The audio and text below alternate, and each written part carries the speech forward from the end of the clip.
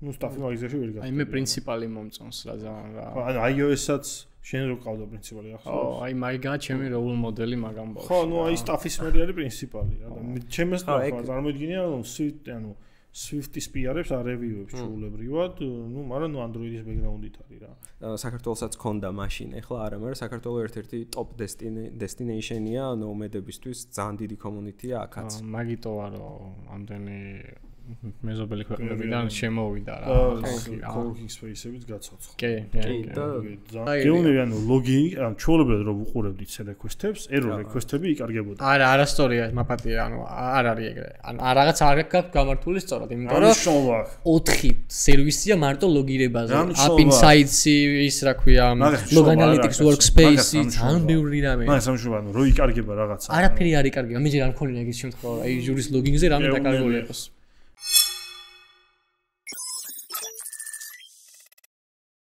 გამარჯობათ მეგობრებო, ეს არის DevTherapy-ის მე-20 ეპიზოდი. დღეს გვყავს ძალიან ნაცნობი და საინტერესო სტუმარი, ირაკლი გაბისონია. ირაკლის უკვე წლებია, ძალიან დიდი წლებია, მეც და ავთოც ვიცნობთ. დღეს ძირითადად ვისაუბრებთ, რა თქმა უნდა, შევეხებით .NET-ს. და დღეს ცოტა უმცირესობაში ვარ, მაგრამ ვეცდები რომ თავი არ დავიჩაგრო.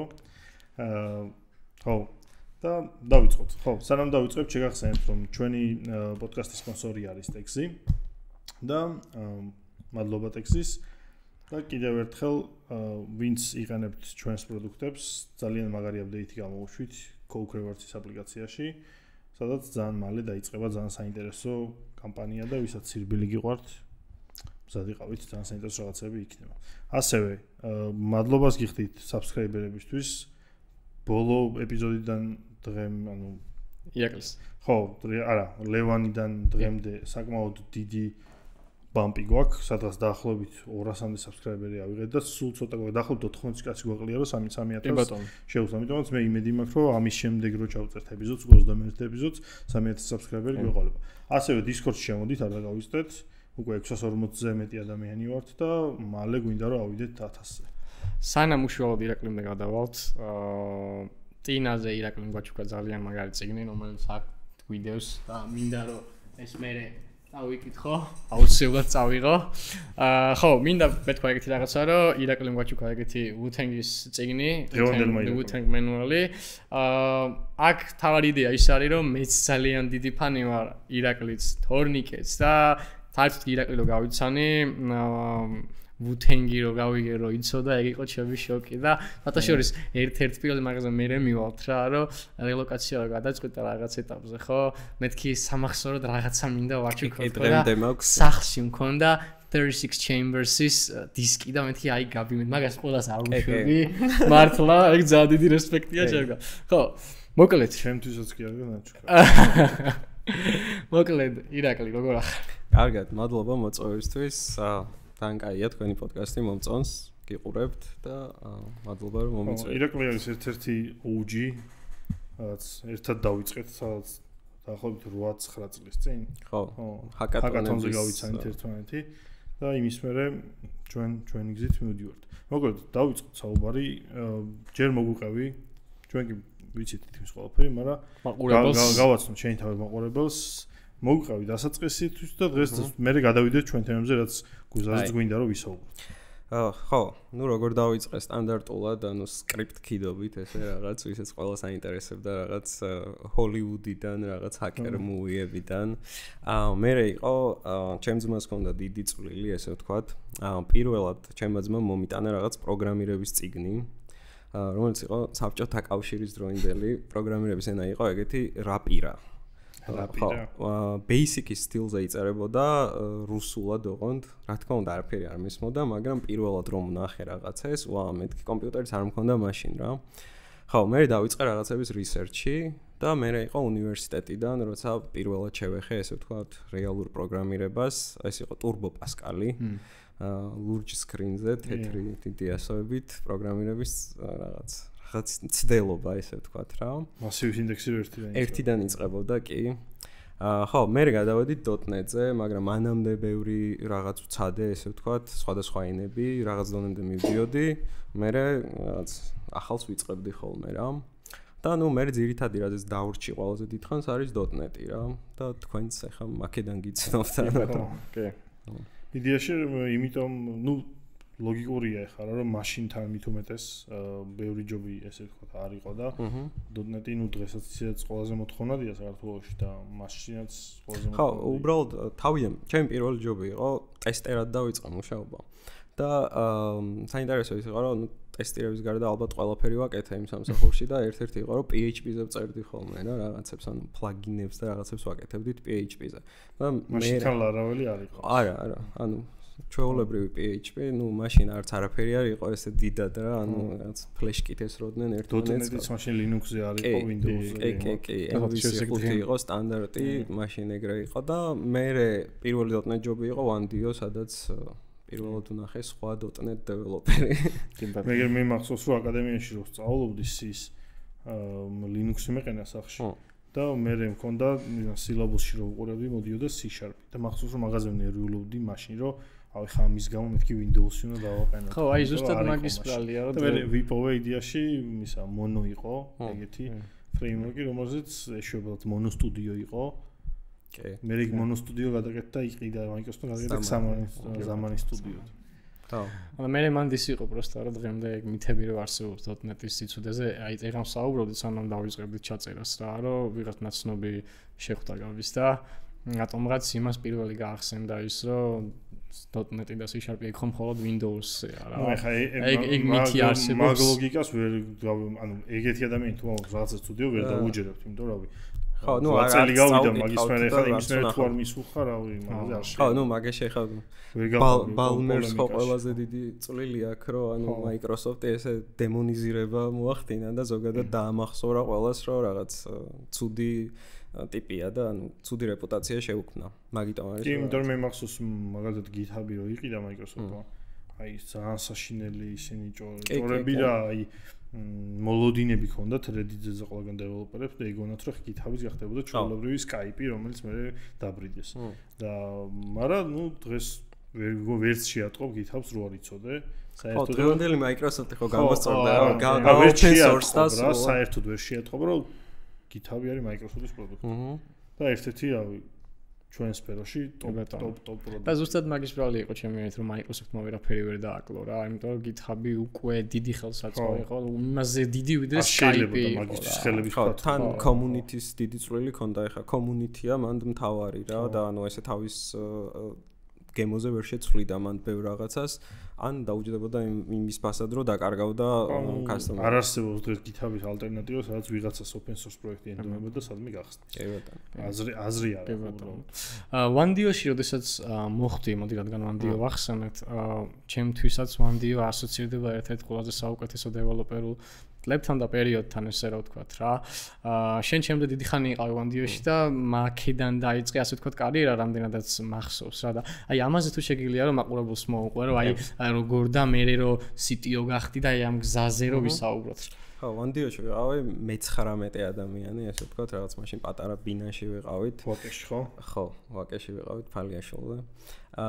Wandio იყო ალბათ მართლა ყველაზე კარგი გამოცდილება ჩემთვისაც, იმიტომ რომ აი წეგანასაც გეუბნებოდი Wandio იყო კომპანია და იყო ასევე პლატფორმა, სადაც შეხვდებოდი უამრავ ძალიან კარგ ნიჭიერ ადამიანს, ანუ კარგ ადამიანს და ასევე კარგ დეველოპერს რა. გამოცდილების მხრივ ანუ პირველი .NET-ის ჯობი იყო, ესე ვთქვათ, და მან ვისწავლე ყველაფერი. აბსოლუტურად ყველაფერი, ანუ ხალხიც ისე იყო, არჩილი უნდა ვახსენოთ აუცილებლად, რომელიც ანუ ყველას გვასწავლე სენსეი. ხო, და ეგ მეხმარებოდა ზუსტად რომ ანუ რავი, ყველა პროექტში იყო ჩართული და ანუ გამოცდილი ტიპები იყვნენ ბევრად, რავი, არჩილთან ერთად ვაკეთებდი თავიდან ყველა პროექტს რა. ხო, დეველოპერობის პერიოდი ეგ იყო, ანუ ძალიან კარგი გამოცდილება, დიდი პროექტები იყო, ანუ საქართველოს scale-ზე დიდი პროექტები იყო, რაზეც ვიმუშავეთ. თან ყველაზე მნიშვნელოვანი იყო, რომ ანუ ბიჭო, დიდი customer base იყავდა რა ამ პროდუქტებს და ანუ ეგრევე feedback-ს იღებდი, live სისტემები იყო და ეგ ძალიან გზრდიდა.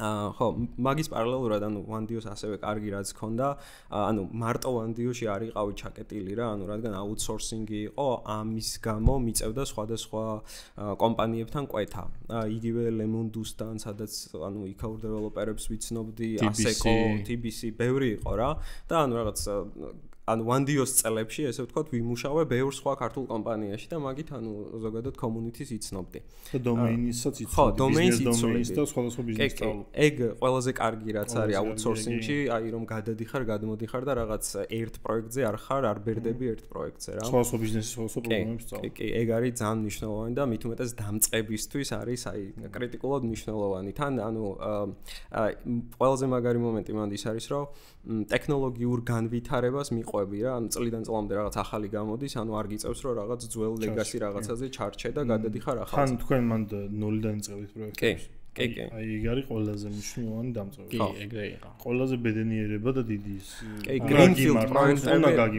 მაგრამ ხო, მან მე სხვა რაღაცას დავამატებდი უბრალოდ რა, აი ადრე ვახსენეთ ამაზე, რომელიღაც ეპიზოდში ვსაუბრობდით ამ საკითხზე რა, აი უკვე რამ ბევრი წლის მერე, როდესაც გაბი უკვე One-Dio-ში და რაღაცა, მე მეც რომ მივედი, მე მაგალითად ჩემი პირველი პროექტი რაც იყო One-Dio-ში, საპორტი იყო რა, ფაქტობრივად და იყო საკმაოდ legacy კოდი რა.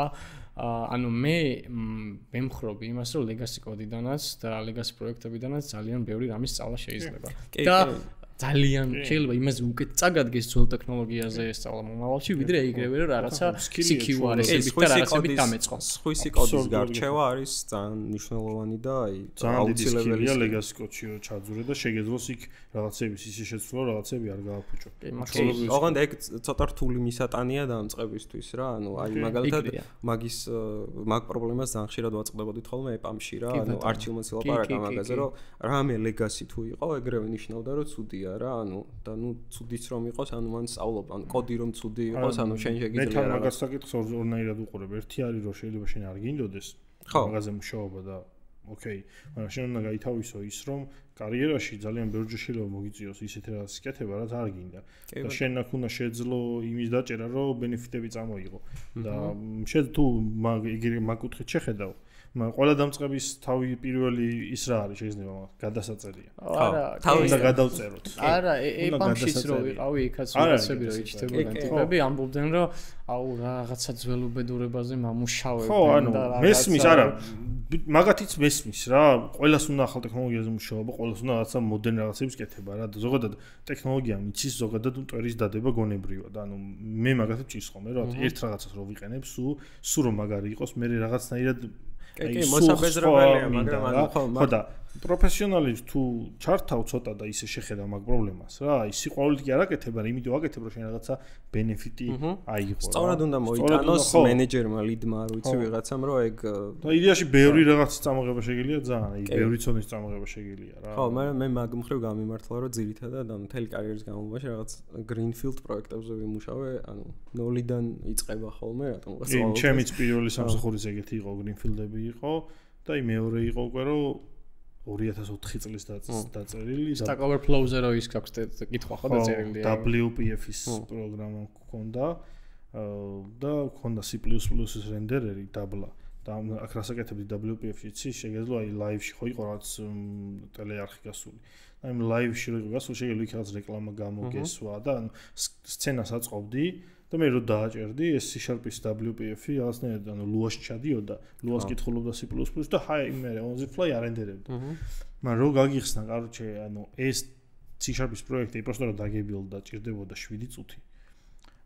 და დაახლოებით იყო ალბათ ეს მოდულებად ჩამოშვა, სადაც 250-მდე მოდული იყო ამაში. კი, მეც მქონია. და ჩემი პირველი ჯობი იყო, ესე ვთქვათ, ისეთი რა, აი კომპა, იმიტომ პირველი სამსახური იყო უფრო სტარტაპი. ეს უბრალოდ დიდი კომპანია იყო და თავიდან აი ძალიან შემეშინდა მეთქი რა ვქნა. ხო, მან ისიც არის კოდის ხარისხი რამდენად არის შენარჩუნებული. არა, ხარისხი ბიჭო, ხარისხი. ყველაზე რთული რა იყო, იცი? ტასკს ხომ მოგცემდნენ რაც ბაგი რო. გარკვევა. არა, ბიჭო, გარკვევა და გაფიქსო, მარტო პოვნა იყო რთული. რო გეპოვნა, საიდან უნდა დაგითორე, თუ იპოვიდი მე იყო ძალიან მარტო იმის გაფიქსვა რა, მარტივად ფიქსავდი და მე მაგიტო რაღაცა თული დავწერე WPF-ში, კიდე ნუ ვიღაცის რჩევით Stack Overflow-ზე რა. ელემენტებს ვერ პოულობდი რა, რაღაცა ელემენტია გაბაგული, მაგრამ იმ ელემენტს ვერ პოულობდი კოდში. რაღაცა თული დავწერე, რომელსაც მაუსით გადავuliდი და disassemble-ს აკეთებდა იმის და runtime-ში გეუბნებოდა კლასის სახელს. მე მაგით ეგრევე ხომ ერთ სპრინტს გამთავრეთ ხომ 3 დღეში ვიგეგეცებოდა ხო? იცი გაფჩვარტივი იყო, პონა იყო თუ. განვითარება მე როგორ იმას ახლა გაგზავნა? ხო, განვითარება One-Dio-s ჭრილში როგორ იყო, ანუ development-ის თავიდან რა თქმა უნდა. მე კომპანია იზრდებოდა თავისთავად, ძველი კადრები ვინც ვიყავით, ანუ რამდენიმე დავრჩით ბოლომდე, ესე ძალიან თავიდან ვინც დავიწყეთ რა. და მე უკვე დაიწყო ის პროცესი, რომ თიმებად ვიყოფოდით და ანუ ჩემი ნაწილის იყო, რომ ან backend-ში უნდა ყოფილიყავი, ან რაღაც სხვა არ ვიცი. თავიდან პირველი რაც ვცადეთ იყო, რომ company-wide architect-ი რაღაც რა, რომელიც რავი ესე ანუ რა არქიტექტურა გვჭირდებოდა ამდენი და ბოლოს ნუ არჩილმა ლაპარაკა მგონი რომ ანუ CTO-д გვინდა რომ ის დავთანხმდი რა თქმა უნდა ანუ ოღონდ 24 წლის ვიყავი და თემა ის არის რომ მაშინ დავგუგლე რას აკეთებს CTO. ცხადი არ ვიცოდი ანუ რაღაცები ძალიან ადრე იყო ანუ ეხა ამ განმოსახედიდან რომ უყურებ ანუ რა თქმა უნდა ეხა CTO ბევრად უფრო ისეთი გოლია რომ მაგრამ შესაბამისად ნუ რა მოთხოვნებიც ქონდა მგონია რომ მაგას პასუხობდი ანუ ჩემი ძირითადი ესე რაზეც ვიყავი ორიენტირებული იყო ტექნიკური ნაწილი ეგ ალბათ თან შეცდომაც იყო და ამ ტექნიკურ ნაწილს ვცდილობდი რომ განმევითარებინა იმ ხრივ რომ აი რავი ბანჩაპებს ვაკეთებდით რაღაც ეგეთები რა ანუ ანუ სრულად მაგაზე ვიყავი რა აი და სხვა რაღაცებს რჩებოდა ბიჭო არ რჩებოდა ანუ თუ მეტყოდნენ ანუ ეგ იყო რა ანუ მე ხო არ ვიცოდი ეგ რაღაცები და ანუ მანდის იყო რომ ანუ კი ძალიან საპორტივი ხალხი იყო რაღაც მაგრამ ეხა რომ უყურებ ანუ ბევრი რაღაც მაგ მხრივ გავმაზე რა ანუ და ეგ რო გავმაზე იმის გამო იყო რომ ვიყავი 24 წლის 25 წლის რა ანუ CTO-д რაღაც წელიწად ნახევარი ვიყავი მგონი ჯამში რა და მე ეპავს ხო მაგრამ ანუ scale-იც არ იყო ეხა თავისთავად რა სადღაც სხვა კომპანიაში რომ იყო ალბათ რაღაც ბევრად უფრო მაღალი მოთხოვნები იქნება CTO-სადმი რა მაგრამ ნუ საქართველოს ჭირში მაინც scale-დი იყო ანუ საქართველოში ერთ-ერთი როცა კომპანია ყველაზე დიდი კომპანია იყავით და ყველაზე მეტი კლიენტი ყავდა და რა ვიცი კი ხო უბრალოდ მაგ პერიოდშიც ანუ აქტიურად ვიყავი კოდინგში ჩართული რა თქმა უნდა ანუ ეგ ყოველთვის მქონდა და ეხლაც ანუ ზოგადად მენეჯმენტის შემდეგ დაუბრუნდი ისევ სრულად კოდის წერაში იმიტომ რომ წარმოვიდგენია რომ ისეთ როლზე იქნები ერთ დღეს რომ კოდი არ წერო ბიჭო კი წარმოვიდგენია მაგრამ თან არ მინდა რა ანუ შეიძლება at some point მომბეზრდეს უბრალოდ კოდის წერა და ვთქვა რომ აღარ მინდა მაგრამ ჯერ რაღაც ეგ არ თან ანუ აი ბევრ CTO-სთან მილაპარაკია აი გასაუბრებებზე რაღაც ეგეთ სიტუაციაში და როცა მაგას ვეუბნები ხოლმე ყველას ის აქვს ზუსტად რომ კი ჩვენს ეგ მომენტი გვენატრება ჩვენ საქმეში კი ერთია რომ open source-ი აკეთო რაღაც აკეთო მაგრამ აი ის ხალხი ვინც არის უკვე ასაკში და რაღაც ეგეთ ეტაპზე ანუ მაგდენი დროც აღარ აქვთ ხოლმე ან უბრალოდ არ უთმობენ ამ დროს და მე მაინც ეგრე ვუყურებ რომ იდეაში ეგ განხრა არის მარტო მე ძალიან მენეჯერული განხრა მაგრამ ხო არსებობს ტექნიკური მენეჯერული ანუ ეგ არის чисто ბიზნესური მენეჯმენტი მაგრამ არსებობს აქეთ ტექნიკალ მენეჯმენტი ხო შეიძლება გახდეს staff engineer-ი შეიძლება გახდეს პრინციპალი აი ეგ როლები უფრო საინტერესოა ჩემთვის ეგ როლები აი მაგ მიმართულებით იმიტომ რომ ეგ ბალანსია ესე ვთქვათ ბალანსია ტექნიკურსა და არ ტექნიკურ შორის ზუსტად აი იდეალური ბალანსია მანდ რა ეგ ნაწილი ძალიან მომწონს აი ეპამში ვიყავი ეგრე ზუსტად რა მიუხედავად იმისა რომ რაღაც არატექნიკურსაც ვაკეთებდი რაღაც ინჟინერინგ მენეჯერის ნაწილს ვითავსებდი ხოლმე პროექტებში ვიყავი ტექნიკურად რა ხო და ეგ მართლა აი მარტო მაგ პოზიციებს დავთანხმდები ეხლა ალბათ ოღონდ ეგ პოზიციები ცოტა იშვიათად ხო საქართველოში სამწუხაროდ იშვიათად არის მაგრამ სტაფი არ შემოხვედრია არავინ ალბათ კი საქართველოში არ არის როლი და იქით მე სადაც ვარ ერთ-ერთ გერმანულ კომპანიაში მან ყავს სტაფი ერთი ყავს ოღონდ მაგრამ მე პატარა გუნდი ვარ და ეს ერთი საკმარისია მაგრამ ეს სტაფი როგორი ტიპია იცი ანუ Android-ის ბექგრაუნდი აქვს ხო მაგრამ ყველაფერი იცის ну стафи მაგიზაში ვერ გახდა. აი მე პრინციპალი მომწონს რა ძალიან რა. ანუ iOS-აც შენ რო ყავდა პრინციპალი ახლა. ხო, აი მაგა ჩემი როლ მოდელი მაგამ ბავშვი. ხო, ну აი სტაფის მერი არის პრინციპალი რა. ჩემს წარმოიდგინე ანუ Swift-ის PR-ებს არ რევიუებს ჩულებრივად, ну მაგრამ ну Android-ის ბექგრაუნდით არის რა. ხო. და ეგაა ჩემი აზრით, მე სადაც ჩემ თავს ხედავ თუ უბრალოდ რა არის, საქართველოში თუ გაიხსენება და engineering manager-იც არ არსებობს. არა, ხო, თავისთავად. community-მ საუბრებმა ამან უცხოურმა კომპანიებმა შემოვიდნენ ჩვენ თუ მაგალითად ეხლა რასაც ჩვევებით ჩვენ ხო ერთ-ერთი ჩვენი ამ პოდკასტის და ზოგადად ჩვენ Discord-ის და მთელი ანუ იდეა ხალხის იდეა არის რომ community გამოცოცხლდეს ხო?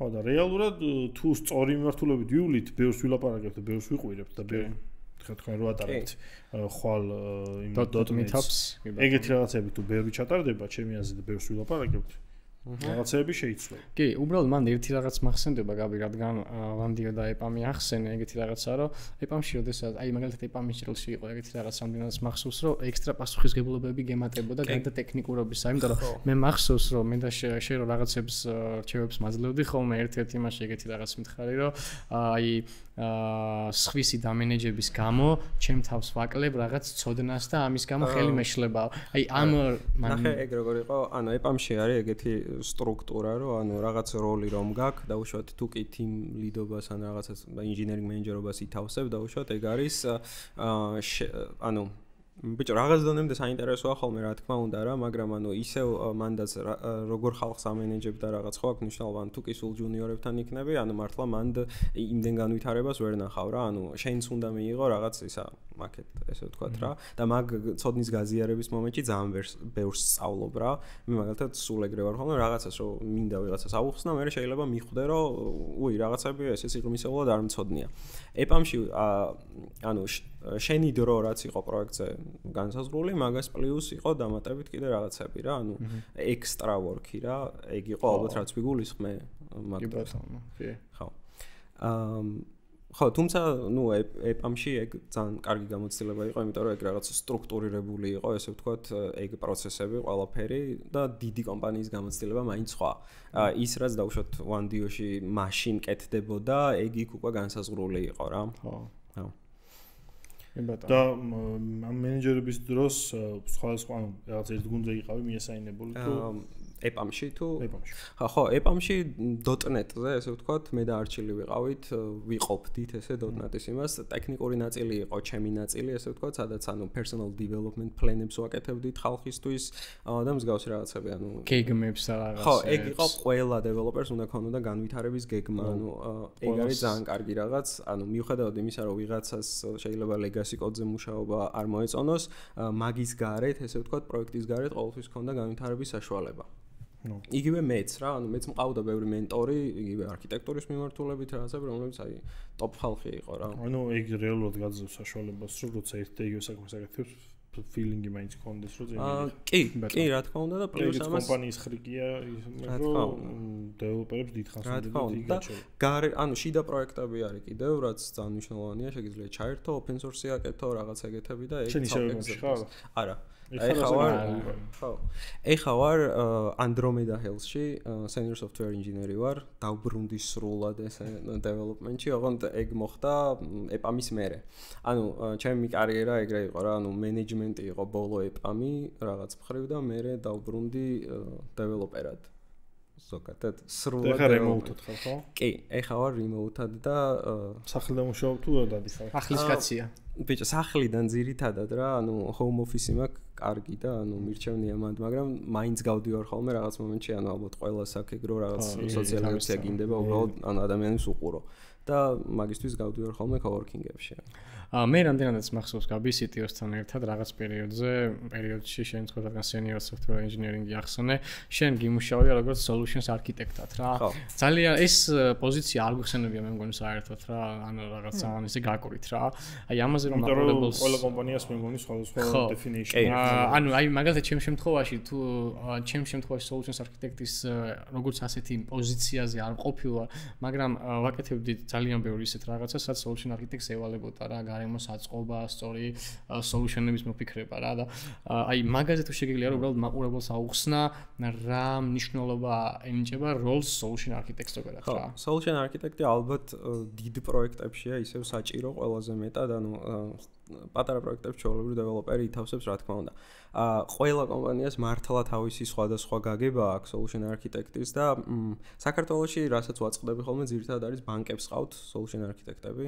ოღონდ საქართველოში არატექნიკური ტიპები არიან რა. ხო, აი ბოდიში გაწყვეტინებ გუშინ წინ დაგვიწერეს Discord-ში, რომ ჩემთანო solution architect-ებიო არიან მენეჯერები. ხო, ნახე მან როგორ არის, ანუ ბოქსიც არიან, მაგრამ ნუ იმათ ის საქმე არა ვთქე რა შენ solution architect-საც გულისხმობ. იმათი მოვალეობა არ აქვს. Solution architect-ები არიან business analytics-ები. აი, სუფთა business analytics-ები არიან არა ტექნიკური სკილებით. ეპამში მაგას ვაწყდებოდით ხოლმე, ინტერვიუებზე მოდიოდა ხალხი, რომელსაც არ ჰქონდა ტექნიკური განათლება, ესე ვთქვათ, ანუ რაღაც solution architect-ის ინტერვიუ გამოიყურება, აი system design-ია ჩვეულებრივ, სადაც ანუ რაღაც high level design-ი უნდა გააკეთო, რაღაც დიაგრამები დაახატო, უნდა გესმოდეს მთელი კომპონენტები, როგორ მუშაობს, რაღაც ეგეთი. ეგ გამოცდილება არ ჰქონდათ ხოლმე. მაგრამ ზოგადად ეპამში ეგრე იყო ყოველ შემთხვევაში. Solution architect-ი არის შუარგოლი არა, ანუ ესე რომ წარმოვიდგინოთ რაღაც ხაზი, არის software architect-ი, რომელიც არის super ტექნიკური ტიპი, არის solution architect-ი და შემდეგ მოდის enterprise architect-ი. აი ამ ტექნიკურობა მცირდება ზუსტად აი ესე ამ თანმიმდევრობით რა. Enterprise architect-ი არის აი ბოლომდე ბიზნესშია გადასული და იმდენად ტექნიკური რაღაცები არა, მაგრამ ხო, ხო, solution architect-ი კიდევ არის შუაში მდგომი ტიპი, რომელიც თან ტექნიკურია, ხო, თან ტექნიკურია. ეგეც ლეველების მიხედვით იყო ეპამში რა, ანუ პირველი 2-3 ლეველი ალბათ solution architect-ის იყო ძალიან ტექნიკური ტიპი. მერე უკვე ძირითადად ითავსებდი ხოლმე ანალიტიკას და რაღაც, ოღონდ რა თქმა უნდა უფრო მაღალ დონეზე რა. ხო და მოვალეობებს რაც შეეხება, შენი მოვალეობაა რომ ანუ სრული ხედვა ჩამოაყალიბო, დოკუმენტაციები, რაღაცები, ანუ ორი ვარიანტი გაქვს ისევ, შეგიძლია ერთი რომ ძალიან ტექნიკურ დონეზე ჩახვიდე და მეორე ვარიანტია, როცა შეგიძლია დაუშვათ lead engineer-ებს ან ვიღაცას დაუტოვო გადასაწყვეტად, აი ძალიან აბსტრაქტული რაღაც მისცე, რომ ანუ message broker-ი გჭირდება, ან რაღაც არ ვიცი, event driven სირე ფინტეკის ნაწილი. რაღაც და მე იქ ვიღაცას შეუძლია RabbitMQ გამოიყენოს და ვიღაცას შეუძლია Kafka რა. მაგაში არ ერევი. ხო, თავარი კიდევ რაც არის, დამხმარე რგოლი ხარ ანალიტიკოსთან, ესე ვთქვათ და customer-ს ელაპარაკები ხოლმე. ძირითადი სადაც აქტიურად გამოიყენება არის pre-sale activity-ები მაგალითად, რომ გაანალიზო კლიენტის მოთხოვნები ტექნიკურ დონეზე, მერე ეს რაღაცები requirement-ებად გარდაქმნათ და ანუ რაღაც proposal-ი გაუკეთოთ. მანდ ეხმარები დაუშვათ ანალიტიკოს რა. ეგ არის ესე ძალიან ესე high level overview რა. ესე იგი ძირითადად გიწევს მაგ დონეზე რაც სხვადასხვა სისტემებთან შეხება, სხვადასხვა სისტემების და tool-ების კარგად ცოდნა. მე მაგ ესეთი ცოტა ისეთი პროვოკაციული კითხვა. ანუ დღევანდელი თანამედროვე back-end ინჟინერი ნიშნავს იმას, რომ 60% აკეთებ toolings, სხვადასხვა სისტემების და რაღაცა სინქრონიზაცია სხვადასხვა დიდი კომპონენტების და 40% კოდის წერა. თუ როგორ არის? ორივე, ანუ ორივეს აკეთებ ძალიან თანაბრად. კოდს წერ ძირითადად, მაგრამ ანუ ეგ tooling-ი და ზოგადად კომუნიკაციის აწყობა მაგალითად რაც არის, ეგეც შენი მოვალეობაა, ესე ვთქვათ. ოღონდ, ნუ ინფრასტრუქტურას, ანუ ვიღაცები აკეთებენ, ვიღაცები არა რა. ანუ მე მაგალითად ინფრასტრუქტურის ტიპი არ ვარ. ანუ ვცდილობ, რომ ნაკლები ჩარევა მქონდეს რაღაც და დაუტოვო ეგ დაუშვათ DevOps-ებს. ხო და აი მაგაზე მინდოდა მელაპარაკი რა, რომ აი ჩემი აზრი მაგასთან შედარებით, მაგასთან დაკავშირებით არის ეგეთი რაღაცა რა, რომ აი ეგ ნაწილიც, ეგ ინფრასტრუქტურის ნაწილიც უკვე მგონია, ან ჩვენ კუთხით ვამბობ რა, აი Azure-ის და .NET-ის ამბავში ამ წამს. მგონია რომ უკვე დეველოპერის მოვალეობა უნდა იყოს. ოღონდ გამოცდილება უნდა ქონდეს და იცოდეს ასაკეთებს. იმიტომ ეს არა მარტივი ამბავი. Scales გააჩნია რა, ანუ სტარტაპში მოგიწევს. ხო, სტარტაპში მოგიწევს, მაგრამ ანუ ძირითადი პრობლემა რაც არის ხოლმე, ანუ აი რამდენ ადამიანს უნდა ქონდეს მთლიანად ჩვენს ინფრასტრუქტურაზე წვდომა. წარმოიდგინე 10 დეველოპერი ხართ თიმში, 10-ვე დეველოპერმა რომ თავისი რაღაც აკეთოს ესე ვთქვათ რა, მაგას ხო ვერ შეთანხმებული უნდა იყოს. ხო და ეგ არის ძალიან რთული. მაგისთვის არის dedicated role საჭირო, რომელიც მაგას გააკეთებს რა, ესე ვთქვათ. თან ანუ რავი knowledge, ანუ მანდ თუ გაქვს ბოლომდე გაქვს რა, ან რა.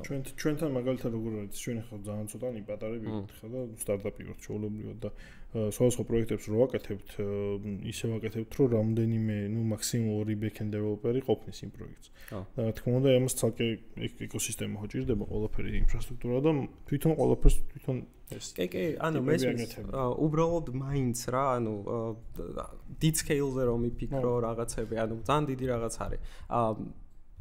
მიკეთებია, მაგრამ ანუ დიდად ეგ არ მსიამოვნებს იმართლა გითხრა, რავი, აი მე ძალიან მსიამოვნებს. ბოლოს რაღაც მე რო ვაკეთო შეიძლება თავი დავიბრიდო. ხო, ანუ იცი როგორ მოგეწონება მე მაგრად მომწონს რა აი გარემო აი მაგალითად რა არის მაგაში მოსეწონა აი ბიჭო აი შენ საკუთარ ტექნიკურ ცოდნას არგებ გარემოს რა და თან მე არის ყველაფერი აისახება საბოლოო პროდუქცია და ჩემთვის ეგ ძალიან მნიშვნელოვანია რა რომ აი იმ პროდუქტმა შენი დახმარებით შენი ამ სოლუშენებს მოფიქრებით და გარემოს გამართვით რაღაცა ის იმას აი ყოველდღიური საქმე არ არის არა ყოველდღიური რა თქმა უნდა არ არის რა ერთხელ აკეთებ მაგას და მე უბრალოდ შეიძლება მეინტენს რაღაცები დააკვირდე მონიტორინგი გავუკეთო კი ალბათ საბოლოო შეგიძლია ბევრი ინტეგრაცია არის ბევრი რაღაც თულინგია პერფორმანს მეტრიკები ინსაიტები ასე შემდეგ რა თავიდან გახსოვს რამდენიმე წელს 6 წლის წინ როცა CI/CD ესე ვთქვათ შემოვიდა და დაჰაიბდა მაშინ ვიყავი ეგრე დაჰაიბებული რომ მეთქი აი CI/CD-ს კეთება არის ჩემი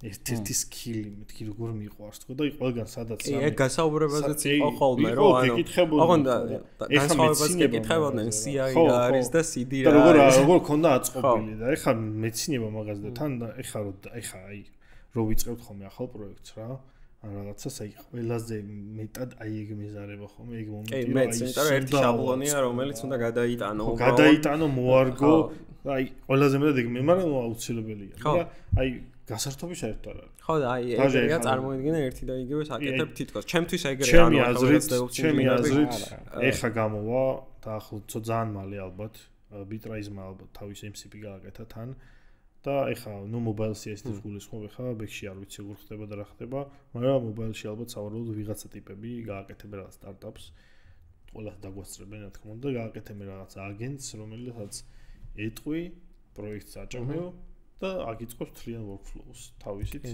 ბიტრაიზს ხო რა მაგრამ ჯერ სხვა რაღაცებია მან დასახვეწი და მაგამდე სანამ მაგას ვამბობ რომ ეგ მეთქი ძალიან მარტივად არის და ავტომატიზირებოდი და მაგის სიყვარული შეიძლება მომგებიანი არ იყოს long term-ში თავიდანაც ხო ეგრე იყო ადმინები არსებობდნენ ვინც დანერგვას აკეთებდნენ დღემდე არიან ბანკებში ადმინები ვინც დანერგვას აკეთებდნენ ეგ მაგმა გითხას მოთაშორის ერთ-ერთი ახსოვთო 10 წლის წინ რამდენი Cisco-ს სერტიფიცირებული ის ყავდა ხო DevOps-ებიო თუ რაც ეგ კიდე სხვა ცალკე თემაა მაგრამ ხო იყვნენ ვინც სისადმინები არ ვინმე გინახია რომ Cisco სერტიფიცირებაზე გადიოდეს არა Cisco სისადმინებზე არ უთქია network admin-ებზე ხო network admin-ებზე ხო დღესაც და ვის უდგას დღეს ახლა სერვერი ძალიან იშვიათად კომპანიასო თავის სერვერი ქონდეს ბანკები შემორჩა ხო მაგრამ მაგათ CI/CD-ც თავის ჭკუაზე აქვს აწყობილი მაგრამ მე მაგასაც ანუ მე ცოტა მაგას ვწურხდები რა ხა მაგალითად Mac-ის CI/CD რო გქონდეს თვითონ IPsec სერტიფიკატი რომ უეჭველი VM-ზე ვერ გააკეთებ, უეჭველი უნდა ქონდეს Mac-ის მანქანა.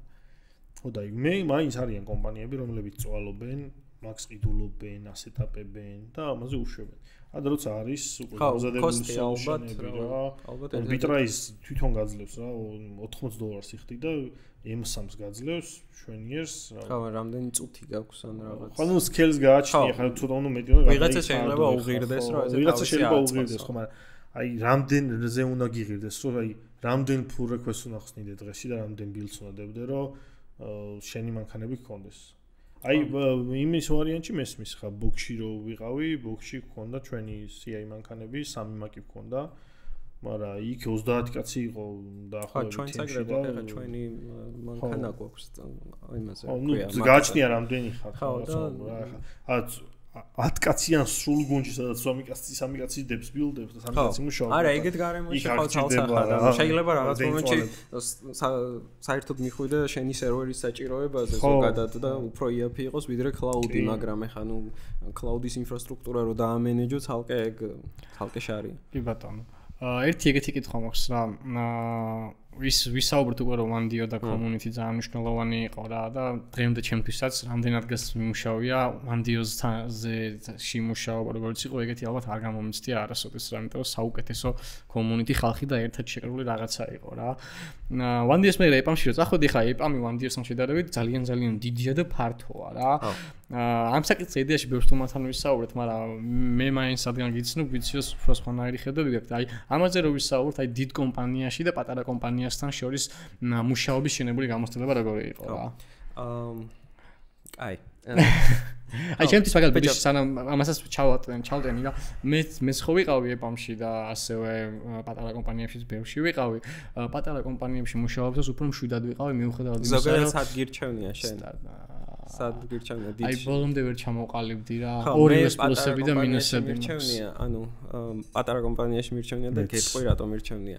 ესე იგი, პირველი რაც არის ჩემთვის ანუ დიდი ბიუროკრატიაა. ხო, ეგ ხადია. კომპანიები არის ბიუროკრატია, აი მეილში ვინ როდის ჩასვა, მაკდონალდსზე შეიძლება დავიდეს, ეგ მარტო ეპამზე არ მაქვს საუბარი, ანუ სხვა დიდი კომპანიებიც ეგრე იყო.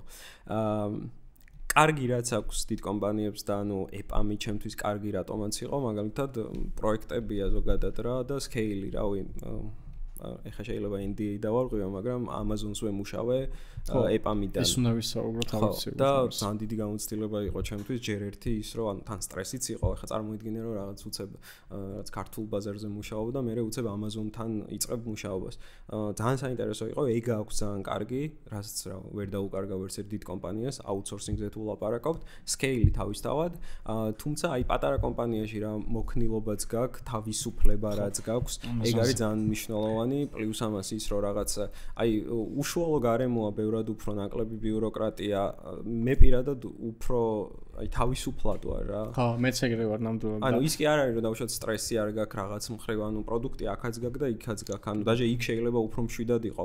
ანუ ეპამში მაგალითად უფრო მშვიდად ვიყავი ხოლმე, იმიტომ რომ ანუ აკაუნტ მენეჯერები ყავს, ვიღაცები ყავს, ანუ სხვა ტიპები არიან და აქ რაღაც თითქოს პასუხისმგებლობა მთლიანად შენზეა, მაგრამ ეგგანცდაც ცალკე რაღაც არის. მაგაზე კიდე ერთს ვიტყვი, რომ აი ქართულ სამუშაო გარემოს შევადარებ უცხოურ სამუშაო გარემოს ზოგადად ეპამიდან წავედი ევროპაში გავაკეთე ნიდერლანდებში რელოკაცია და მანდ იყო ძალიან საინტერესო ჩემთვის ის რომ ნუ დავიწყე იქ მუშაობა დეველოპერად რა და ბიჭო ტასკები რაც მოდიოდა ანუ სტრესი არ მქონდა რა ანუ თავიდან ონბორდინგის ჭრილში რო ვთქვა ვაფშე მოდიოდა რაღაც მეხუთე ხაზი წაშალე რა რაღაც ეგეთი რა ანუ peer programming-ს აკეთებდნენ ბევრს რაღაც იმდენად ბევრი დრო გქონდა რომ აი პირველად ვნახე 5 საათზე დაკეცა ლეპტოპი ტიპმა წავიდა რა ჩემთვის ეგ ძალიან უცხო იყო ანუ მეთქი რავი რატო არ მუშაობთ 7-მდე 10-მდე ხო აი ეგ გარემო ძალიან მნიშვნელოვანი იყო რა ანუ ვერ გავუძელი მაგ გარემოს ოღონდ ანუ მიუხედავად იმისა რომ ეგ ძალიან მაგარი იყო და რაღაც work life balance-ი ვიგრძენი ძალიან კარგად ძალიან უცხო იყო ჩემთვის ეგ ეხლაც ანუ ვერ ვარ რა მანდ ანუ გრაფიკით რომ დაიმუშაო. სანამ რელოკაციამდე მივალთ და რაღაცამდე ერთ რაღაცას ჩავაკვეხებ რა. შენ Amazon-ი ახსენე რა. Amazon მე მახსოვს რომ შენ Amazon-ში მოხვდი და რაღაცა ეს იყო ძალიან მაგარი რა იმენა რო ანუ რაღაც ვანდიოში მუშაობდა ტიპი და უცბად Amazon-ში გაიჭდა ვახ ძალიან მაგარია. და მე ეგეთი რაღაც თქვი როგორც მახსოვს რომ ფიდბექი რო გკითხე ეგეთ რაღაცა ახსენე შენ რომ ბანდიოში უფრო რთულ რაღაცებს ვაკეთებდი, ვიდრე Amazon-შიო, იმიტომ რომ ანუ რატო ვამბობ ამას, რომ დამწყებებს ხშირად აქვს იმის წარმოდგენა, რომ Amazon-ში რაც ხდება, ის სხვაგან არ ხდება და ეგეთი ის რა, ანუ აი ამაზე რომ ვისაუბროთ რა, რომ დიდ კომპანიაში მუშაობა სირთულეს და რაღაცებს არ ნიშნავს. ხო, პროექტს არ ვიტყვი, რას ვაკეთებდით, მაინც open source-ია დღეს ეს პროექტი, ოღონდ ჩვენი სახელები არ არის ნახსენები. და ანუ სირთულეს რო შეადარო, ანუ რაღაც Amazon-ი ძალიან ისე ჟღერს რა, ანუ ვაუ Amazon-ი, მაგრამ პროექტი რავი არ იყო არაფერი, ანუ რა თქმა უნდა მოლოდინი რაღაც მეც მქონდა რომ ბევრად უფრო რაღაც ის იქნება მიუხედავად, ანუ ერთი კარგი რაც იყო იმათი დეველოპერები გვირივიუებდნენ pull request-ებს, ანუ თავიდან ეგეც რომ პირველი სტრესი რა, ანუ რაღაც Amazon-ის დეველოპერი ჩემზე მაგარია, მაგრამ ანუ რავი არ იყო ეგრე, ანუ ჩაოლებრივი დეველოპერები არიან, ჩაოლებრივი პროექტები აქვთ რა, ანუ Amazon-ზე ალბათ ყოველს თავში მოდის რაღაც ჰაი-ტექია რაღაც დიდ რაღაცებს აკეთებენ. კი, რაღაც პროექტები აქვთ ეგეთი, მაგრამ რაღაც პროექტები აქვთ ისეთი, რაზეც რავი, ჩვენც გვიმუშავია, ანუ დაუშვათ ეხა რო ვთქვა, რომ აი რაღაცა tools ვაკეთებ, უბრალოდ ამას Amazon-ი დაადე თავზე და ის უფრო მაგარი ხდება რა. ხო, სირთულე არ იყო რა, ანუ მაგ მხრივ ეგრე რო შეხედო, გამოწვევა დიდი იყო, პირველად მქონდა ეგეთი რაღაც ანუ ძალიან დაალაგებული სტრუქტურა უნდა ყოფილიყო, დოკუმენტაცია იდეალურად უნდა დაგეწერა, ანუ სტრესი იყო მაგ მხრივ, მაგრამ ანუ იგივე სტრესი შეგიძლია პატარა კომპანიაშიც მიიღო რა.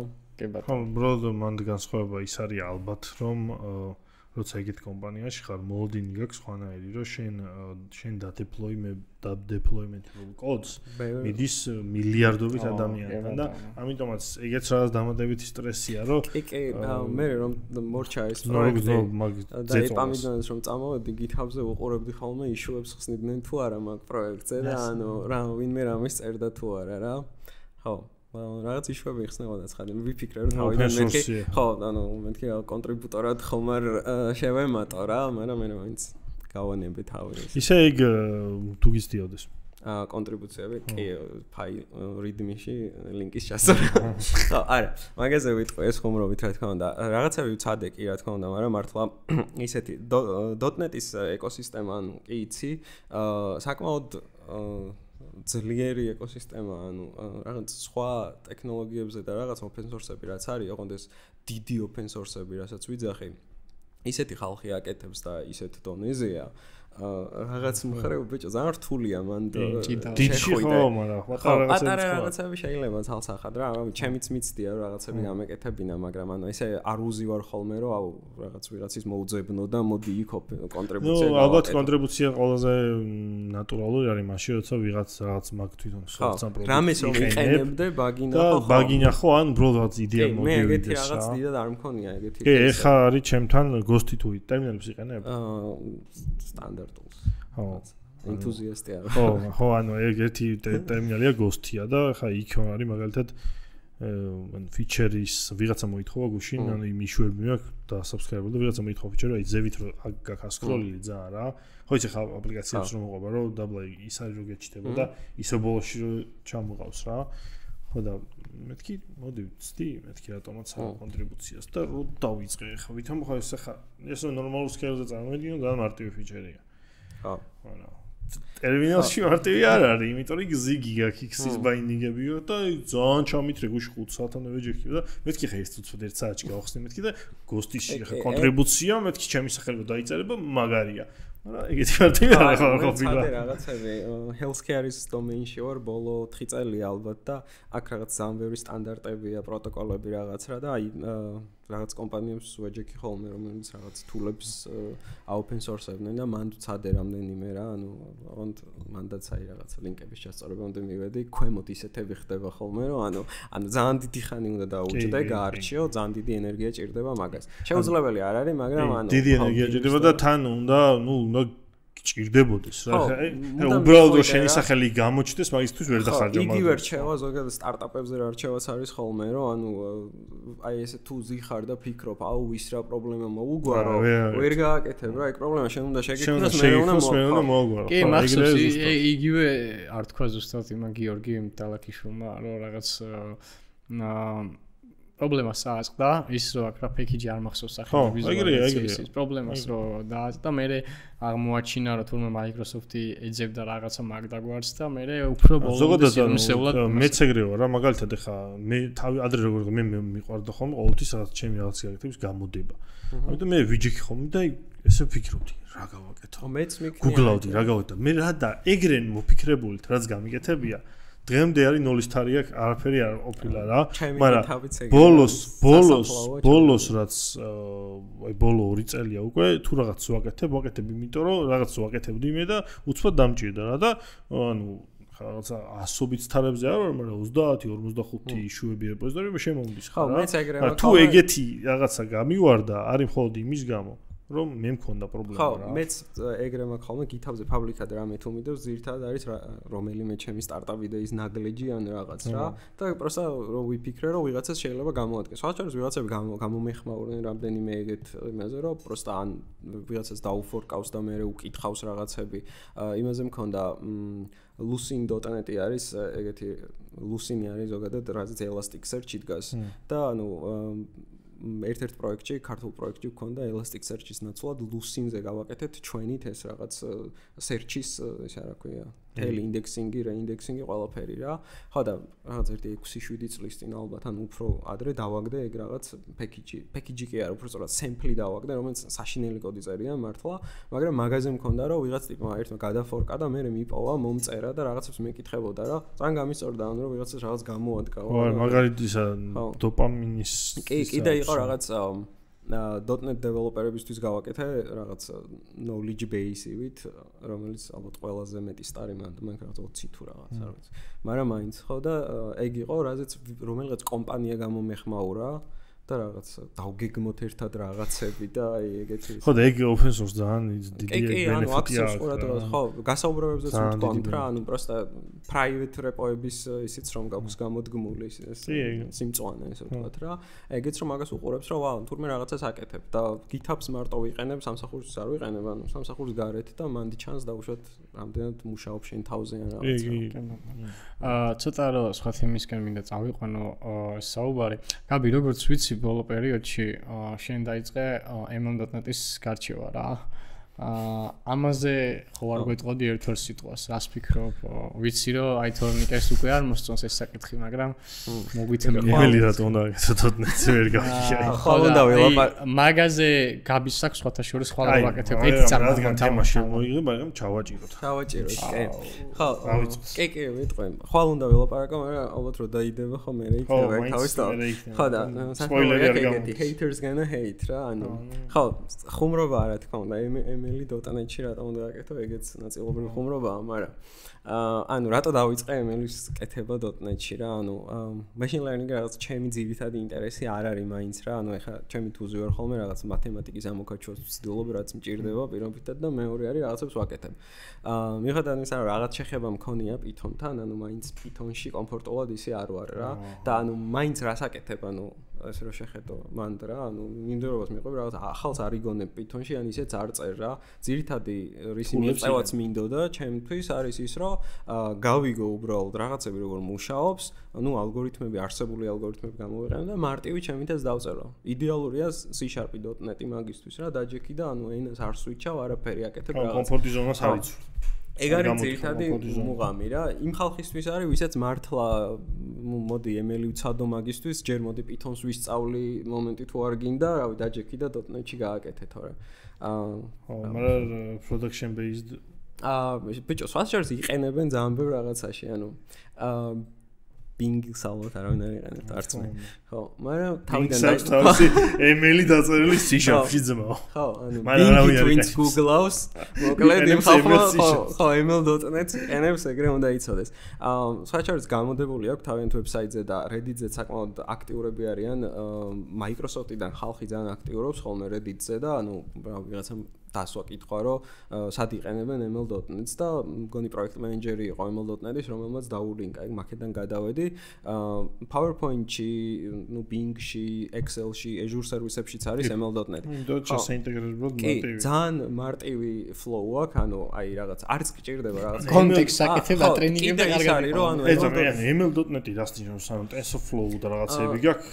binding-ები აქვს C#-ზე binding-ით შეგიძლია ანუ რაღაც არსებული ალგორითმები არის რა თქმა უნდა რომელიც იმპლემენტირებულია C#-ზე და პირდაპირ გამოიყენო შენი დაწერო ოღონდ აი რაღაცები დავუშვათ deep learning-ის ნაკლები საპორტი აქვს რაღაცები მაგრამ მანდაც solution-ია ის რომ უნივერსალური ფორმატი არსებობს მოდელების ONNX ჩვენ ხო და ეგ შეგიძლია დაიმპორტო და ჩაულებრივ ანუ Python-ზე ნაკეთები რაღაცები დაიმპორტო და გაუშვა შენს რა სხვა ვარიანტი მე ვქენი პერსონალურად PyCharm-ის ის რა ქვია პირიქით აქეთ PyTorch-ის უბრალოდ აქეთ ONNX-ში რა გადმოეკონვერტებირი და გამოიყენო. ხო და ეგეც შეგიძლია ანუ ბევრი ანუ მოქნილი ტიპია ძალიან რა. კიდე კარგი რაც აქვს რა ანუ ოღონდ აი ხა ტექნიკურად ვაჭერთ, მაგრამ ვაფშე არა ტექნიკური ტიპი რომ იყო რა და არც ალგორითმის სწავლა გინდა, იქ რეგრესია რა არის, ეგ არ გაინტერესებს და არც რავი კლასიფიკაცია რა არის, ვაფშე არ ვიცი ხო დაუშვათ. მაგისთვის აქვს ორი რაღაც, ერთი არის AutoML-ი ძალიან მაგარი რაღაცა, ანუ თავისი ატრენინგებს. თავის ანუ არჩევს ალგორითმს, რაღაც დროს დაუსეტავ, რომ აი ნახევარი საათი გაქვს, 2 საათი გაქვს და მიდი უბერე და ანუ ბოლოს ხო მოდელს evaluation-ს უკეთებ, ანუ აფასებ, რამდენად კარგი მოდელია. აი მაგაზე დაყრდნობით რავი, საუკეთესო ვარიანტს შემოგთავაზებს. და კიდე ერთი tool-ი ეს უნდა ვახსენო, ეს არის wizard ტიპის tool-ი აქვს, Visual Studio extension-ია, მგონი Rider-ში არ მინახავს. ის არის რა ქვია ესე იგი model builder-ი რა. ანუ რაღაც 4 კლიკით მოდელი გაქვს რა. ხო, აი ეგ უნდა მეთქომე ეს რა, ეგეთი რაღაცა არის რა. ხო, არ ვიცი, ახლა Python-შიც იქნება, ახლა ეგეთი რაღაც ანუ ეჭველი, მაგრამ ნუ .NET-ის მხრივ მე ვთამაშებდი რაღაცებს, მაგრამ ML.NET-ის იმეებს რა და აი ეგ ტრენინგის ნაწილი ძალიან მომეწონა, ბოთლების ფოტოები ჩაუყარე რაღაცეებს და ჩაუყარე ეს და ანუ hot dog not hot dog ამოგეცნო რა. ამოგეცნო და თუ როგორად დაატრენინგ. პირდაპირ აჭმევ ფოტოებს უმარტივესად. აი 2-3 კლიკში იმენა და თვითონ აჭმევ ხომ როგორ ხდება რომ ყოლა. ნუ მან შეგვიძლია რაღაც ალგორითმები გამოიყენო. ერთია რომ შეგვიძლია უთხრა, მან ხო supervised learning-ი შეგვიძლია გამოიყენო, როცა ალეიბლებ, ესე ვთქვათ, ეუბნები რომ ეს hot dog-ია, ხო და ესენი არ არის hot dog-ები რა. და მეორეა, ნუ შეგვიძლია unsupervised learning-ი გამოიყენო. unsupervised-ი არის რომ თავისით პოულობს რაღაც პატერნებს, იპოვის და მე შენ უნდა დაარქვა ამ რაღაც დაუშვათ 2-3 ანუ ერთი არის რომ დაუშვათ აი მაგალითად supervised learning-ი არის როცა ხელით უნდა დაალეიბლო ყველა იქაც ხომ მაინც ხელით იწევს იქ ბოლოს ალეიბლებ რა ანუ რაღაც გამოყოფს ესე ვთქვათ რაღაც რომ აი ესენია და მოდი მე დაარქვი იმას ერთს hot dog-ი მეორეს და რეალურად შენი აზრით ეგეთი მოდელს on device სიცოცხლის ის წარმოება თუ აქ ან on device გულისხმობა მაგალითად ტელეფონში რო გქონდეს ეგეთი ტელეფონში ეგ შეგიძლია გქონდეს ალსაღად ოღონდ მოდელის ზომას გააჩნია რა თქმა უნდა ეხლა მე რაღაც ამ დემოსთვის მაგალითად რაც გავაკეთე ძალიან მარტივი მსუბუქი მოდელი გამოვიდა რაღაც ოღონდ რა დატაზეც დავატრენინგე ეხლა მაგას ხომ მნიშვნელობა აქვს რაღაც ეგეთი მარტივი რაღაცები რო გააკეთო საკმაოდ შეიძლება მარტივად ჩვენთანაც არის ეგეთი სვიცაც აქვს ხო Apple-ი როგორც ვიცი აკეთებდა მაგას on device-ი სჭირდება თან თვითონ მაგას neural engine ან hardware-ის დონეზე ხო აქაც ეს შეგიძლია მოდელი წაიღო პირდაპირ კარგი რაც აქ ძალიან კიდევ რომ აი მარტივად ინტეგრირდება ვაფშე ყველაფერში web API-ის პროექტი იქნება .NET-ში ეს კონსოლ აპლიკაცია არ ვიცი ის MAUI თუ რა ყველგან ჩააგდებ ხო ჩააგდებ ძალიან მარტივად იყენებ რა ამაზე ერთი ცოტა რადგან პროვოკაცია ვახსენეთ და ის ცოტა მეც ვიქნები პროვოკაციული პატარაზე რა და ერთ კითხვას დაგისო გაბი ერთ ეპიზოდში თორნიკემ თქვა ეგეთი რაღაცა რომ რატომ დაწერდა ადამიანი რაღაცა tools .NET-ზეო რა მეც თავიდან ვიგითხავ მაშინ ეგრე არ ვიცი ხო რაზეც არის ვიცი ხო .NET-ი რატო გაქვს დაყენებული ხო რა აკათონზე რო ვიჯექ ანუ MCP რატომ ხო ხო მოი ეგ ძალიან ლეგიტიმური მიზეზია კაც ხო by default ეხლა თუ by default თუ .NET-ის დეველოპერი არ ხარ .NET-ი მანქანაზე არ გიყენე მე არ მიყენია მაგას და რო ნახო ხო GitHub-ზე ძალიან მაგარი open source tool-ი ნუ თუ ის არის რომ ეხლა თუ მოყვება და უშუალოდ ანუ როგორ არის გაკეთებული ხო მაგასაც ხო აქვს ნიშნულობა ხო მაშინ უნდა მოყვებოდეს ხო თუ მოყვება თუ მზა ის არის რა ქვია bash script-ი თუ არის და საჩუმად .NET-ს მიყენებს და მაგის საშუალებას გვაძლევს რომ დაუშვათ PowerShell script-ი არა დაუშვათ ისა framework dependent იყოს და არა და framework-ი მოყვებოდეს თუ უბრალოდ უნდა გაუშვა და ანუ იქ development-ი არ უნდა გააკეთო არა მარტო რომ გაუშვა იმას და ხო მაგისტვის არის ნუ ისა რა ქვია როცა პროექტს აპაბლიშებ ანუ რაღაც დაპაბლიშებაში გულისხმობ რომ ანუ დარანვად პროექტს ქმნი რაც შეიძლება გააკეთო ერთი არის რომ framework-ზე dependency კონდეს ანუ შენს მანქანაზე უნდა გაყენოს და მეორე არის კიდევ რომ framework-ი included არის და შესაბამისად არ გჭირდება რომ დავუშვათ framework-ი გეყენოს და მესამე საერთოდ არის ahead of time compilation-ი რომელიც რავი binary-ს გაძლევს პირდაპირ და გაუშვება binary-ს გაძლევს მაგრამ რითი უნდა გაუშვება ანუ .NET-იც შიგნით არის ჩვეულებრივი თვითონ .NET-ი ანუ დაბილდა ანუ ჩვეულებრივი ის არა მაგალითად ახლა დავკლონე რითი ბილდო просто უშვებ რა არ ბილდავ ანუ მე ვამბობ უკვე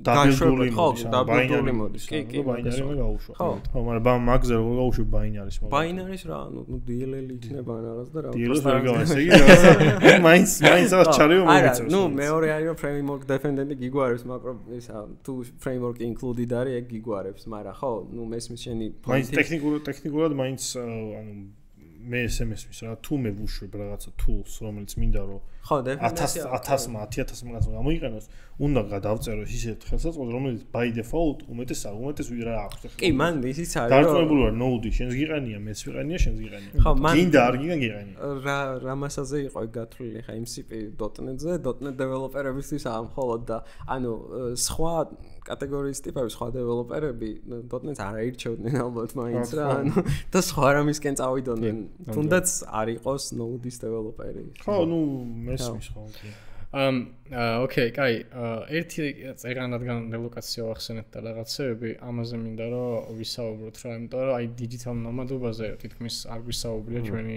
პოდკასტის არსებობის იმაში რა.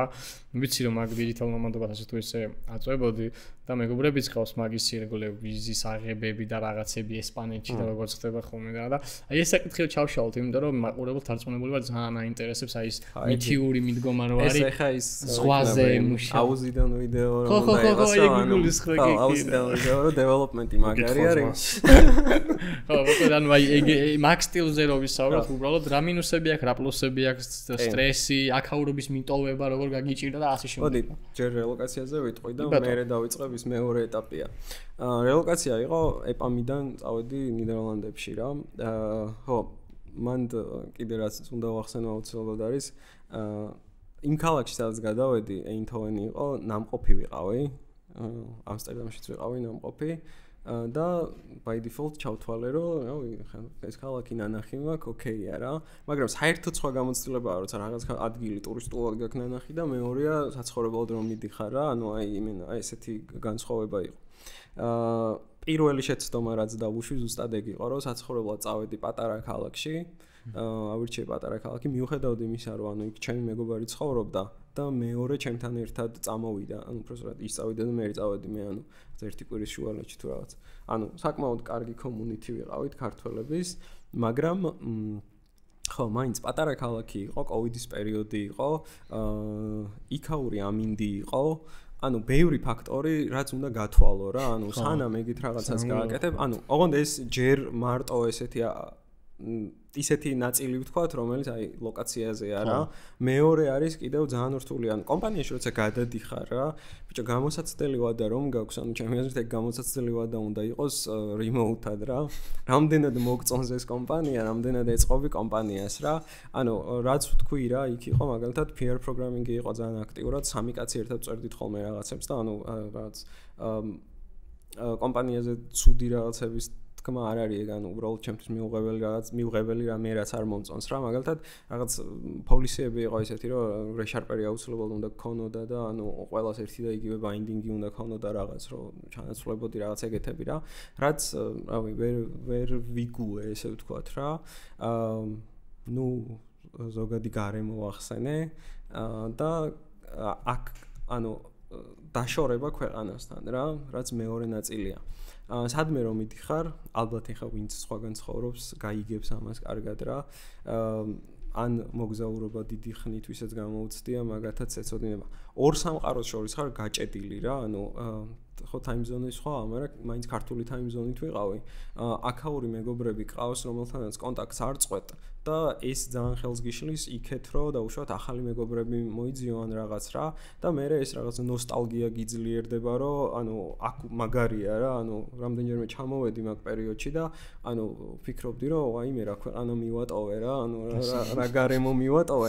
ოღონდ ეს იმის ფონზე, რომ მაშინ ძალიან მინდოდა წასვლა რა, ანუ და ეგეთი სიტუაცია არ იყო მაშინ. უფრო ისე ნორმალურად და ხო, ანუ მაინც ის მქონდა რა და რომ ჩამოვდიოდი, მაშინ იმენა აძლიერებდა ყოველი ჩამოსვლა და უფრო მინდებოდა უკან დაბრუნება. უკან დაბრუნების მომენტი იყო, რომ უბრალოდ გადავწყვეტე, რომ ანუ რაღაც თან მაგ პერიოდში მე ჩემ თავზე და ჩემ მეგობარიც დაბრუნდა ის ვინც ერთად წავედით ზუსტად ერთ და იგივე დროს დავბრუნდით უკან რა. რაღაც იცი როგორ რაღაცას აკეთებ, საბოტაჟს უწყობ ყველა იდეას, რაც იქ დამკვიდრებისთვის გჭირდება რა. და ანუ ის ცუდია რა და აქეთ მოდიხარ. მე აქ ჩამოხვალ და აქ ცალკე ის გაკ რა. ხო, მაგრამ მაინც შუბლიური სახე. ხო, ეგ ძალიან მნიშვნელოვანია რა. იქიდან წამოსვლის დროს მოკლედ მოუძებნე remote job-ი რა და ნოუმედობას შეეხება. in-office მუშაობდი. იქ in-office მუშაობდი, ოღონდ იქაც შეგეძლო კოვიდის პერიოდი იყო და შეგეძლო რომ ნუ მაგასაც დიდი წვლილი ჰქონდა რომ კოვიდის პერიოდი იყო და ადაპტაცია გამიჭირდა რა, ყოველთვის ყველაფერი დაკეტილი იყო, ეს ანუ რთული იყო ეგ ნაწილი ცალკე. ხო, მე როცა წამოვედი იმ კომპანიიდან პორტუგალია ხო? მე წავედი პორტუგალიაში remote job-ით რა და აი მანდ დავიწყე. ოღონდ ეს რაღაც სულ background-ში მქონდა რომ აი ამ ცხოვრების გამოცდა მინდოდა ეს ნოუმედობა ეს აუზიდან მუშაობა და ზღვიდან მუშაობა, რაც პრაქტიკაში საერთოდ სხვანაირად საშინელებაა, მაგრამ ანუ ძალიან კაი გამოცდილება იყო. თან აი პორტუგალია იყო იდეალური, იმიტომ რომ ჩავედი და პორტუგალია არის ერთ-ერთი რაღაც ჰაბი ნოუმედებისთვის და პირველი რაც მოხდა, პირველივე დღეს რაღაც სუპერ დიდ ნოუმედების მითაპზე გავიჩიტე და ანუ ხო, ქართველიც გავიცანი პროგრამისტი სხვათა შორის .NET დეველოპერი ესპანეთში ცხოვრობს და ანუ რაღაც ჩატი გააკეთეს, სადაც ეს ნოუმედები უნდა შევხვედროდით ერთმანეთს და მან რაღაცა დაწერა, რომ ბევრი არ დალიო თუ რაღაც რა, მალე მოვალო და ანუ მეთქი ვათ რაღაც აქაც ქართველი, ძალიან კაი იყო. მერე, მან გაცნობილი ხალხი იყო, როცა იქ პორტუგალიაში ყოფნის განმავლობაში სულ ხვდებოდი მაგ ხალხს, ეგ იყო ძალიან კარგი და ანუ ძალიან კაი გამოცდილება overall. ბევრი პლატფორმაა მაგისთვის, ანუ ნოუმედებისთვის რაღაც, სადაც ანუ შეგიძლია ეგეთი ხალხი იპოვო და რავი, ძალიან კარგი დრო გაატარო. მე დავიწყე, მე ვიზის თემები დიდად არ გამიკეთებია, მე ანუ რამდენიმე ტიპის, ასე ვთქვათ, ნოუმედები არიან, რომელიც ვიღაცები დიდი ხნით რჩებიან ხოლმე, უბრალოდ შენი მშობლიური ქვეყნიდან წახვიდე და სადღაც დარჩე და მეორე კატეგორია, short term დარჩენებს აკეთებენ ესე. მე მაგას ვაკეთებდი ხოლმე, რომ რაღაც 1 თვე, 2 კვირა, რაღაცა ეგრე გადავდიოდი სულ რა. ხო ეგ იყო მან ვიზა მე არ გამიკეთებია, მაგრამ ანუ ბევრი ვიზა არსებობს, საქართველოშიც კი არის, საქართველოსაც ქონდა მაშინ, ეხლა არა, მაგრამ საქართველოს ერთ-ერთი top destination-ია ნოუმედებისთვის, ძალიან დიდი community-ია აქაც. მაგიტოა რომ ამდენი მეზობელი ქვეყნებიდან შემოვიდა რა. coworking space-ებიც გაცოცხლდა. კი, ძალიან ჭირს ადგილი იპოვა. კი. ხო, ძალიან აქტიური community-ია სხვათა შორის. იმიტომ რომ გადასხადები იაფია. ცხოვრება იაფია. ხო, და ტაქსებში აქაც მგონი 1%-ი ხდიან ეგენიც. ანუ 1 წლის დარჩენა შეგიძლია, მე საზღვარს გადადიხარ ბრუნდები. ძალიან მარტივი. მე რომ მოგიყავით, რაღაც გიყობთ, ანუ დავიწყოთ, ანუ პარიზიდან მქონდა ძალიან სერიოზული და მაგარი კომპანიისგან ოფერი, ხელფასიც ძალიან მაღალი იყო, მაგრამ რო დავთვალე, რომ რამდენიმე ხარჯებოდა გადასახდელებში, საშემოსავლოში, მე ბინაში და მე რო დავთვალე, მე რა ვიფიქრე, მეთქი, ოკეი, დამეხარჯოს, მეთქი ერთ პარალელურ ჯობს, ახლა მე ისე ეგრევე ცხოვრობს სულ და ერთ პარალელურ ჯობს, მეთქი მე წავიკითხო, რომ პარალელურ ჯობზე 55% იყო 24%. ეგ ალბათ არ უნდა დატაქსო. ეგ ხო ევროპაში ცალკე ის არის კიდევ მაგაზეც უნდა ვთქვა უცილებლად. რემოუტ სადმე უცხო ბანკიდან, უცხო ქვეყნიდან თუ გერიცხავ და იმათ ეგრევე 24%-ს გაჭერდნენ. ხო, მან მე ეგეთი განსხვავება ჩემი მეგობრისგან რაც ვიცი, რომ ქართულ ანგარიშზე რიცხავდა ხოლმე, ანუ ჰაკია, რომ იქ არ ჩანს უბრალოდ ეგ და ქართულ ანგარიშზე რიცხავს და მე იმ ბარათს იყენებს? ხო, ქართულ ბარათს იყენებ ჩაურო. და მაგას ვერ გიყურებს მაგას, ვერ ნახულობს ესე. ევროპაზე ის უნდა ვთქვა, აი შენ რაც თქვი რომ დავთვალეო, ეგ მომენტი მეც მქონდა რა თქმა უნდა, რა ცხოვრების ხარჯები. აქედან რომ წავედი, აქ ეპა მიიყო ახალი შემოსული და ანუ რაღაც ხელფასები გაიზარდა მაგ დროს, ანუ ხო საქართველოში ზოგადად. ხო და იქ რო გადავედი, იქ ძალიან ვიგრძენი განსხვავება რა, ანუ მიუხედავად იმისა, რომ ნიდერლანდებს ძალიან კარგი რაღაც აქვს, 30% ruling-ი აქვს, რომელიც რაღაც 30%-ს უკან გიბრუნებს და ადგილობრივზე ბევრად უფრო კარგ სიტუაციაში ხარ რა, 30%-ით.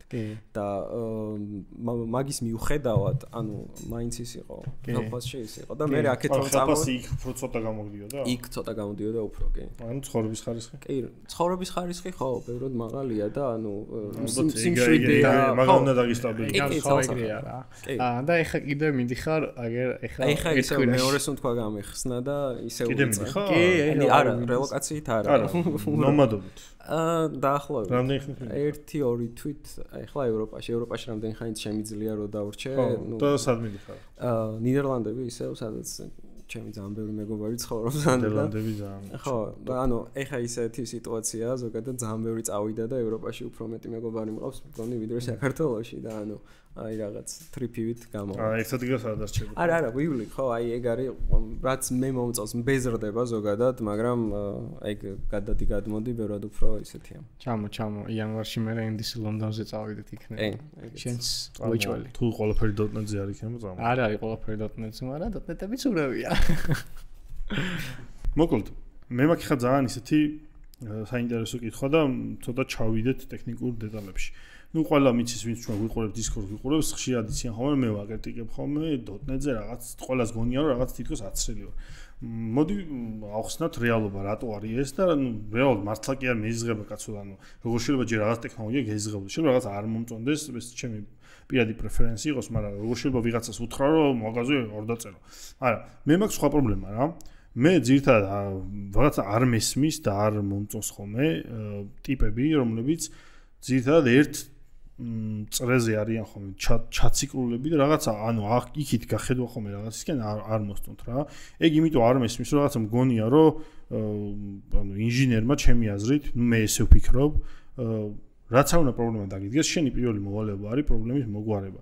მაგას უკვე რა ხელსაწყოთი მოვაგვარებ, იმ ხელსაწყოთი უნდა მოვაგვარო, რომელიც იმ წუთას შენის არის წარმატი. მე ხა შენ რადგან ამ სფეროში ხარ, მე მეც ვიყავი .NET-ში, მე შევიცვალე სტეკი და მე ჩემი წარმოდგენები მაქვს.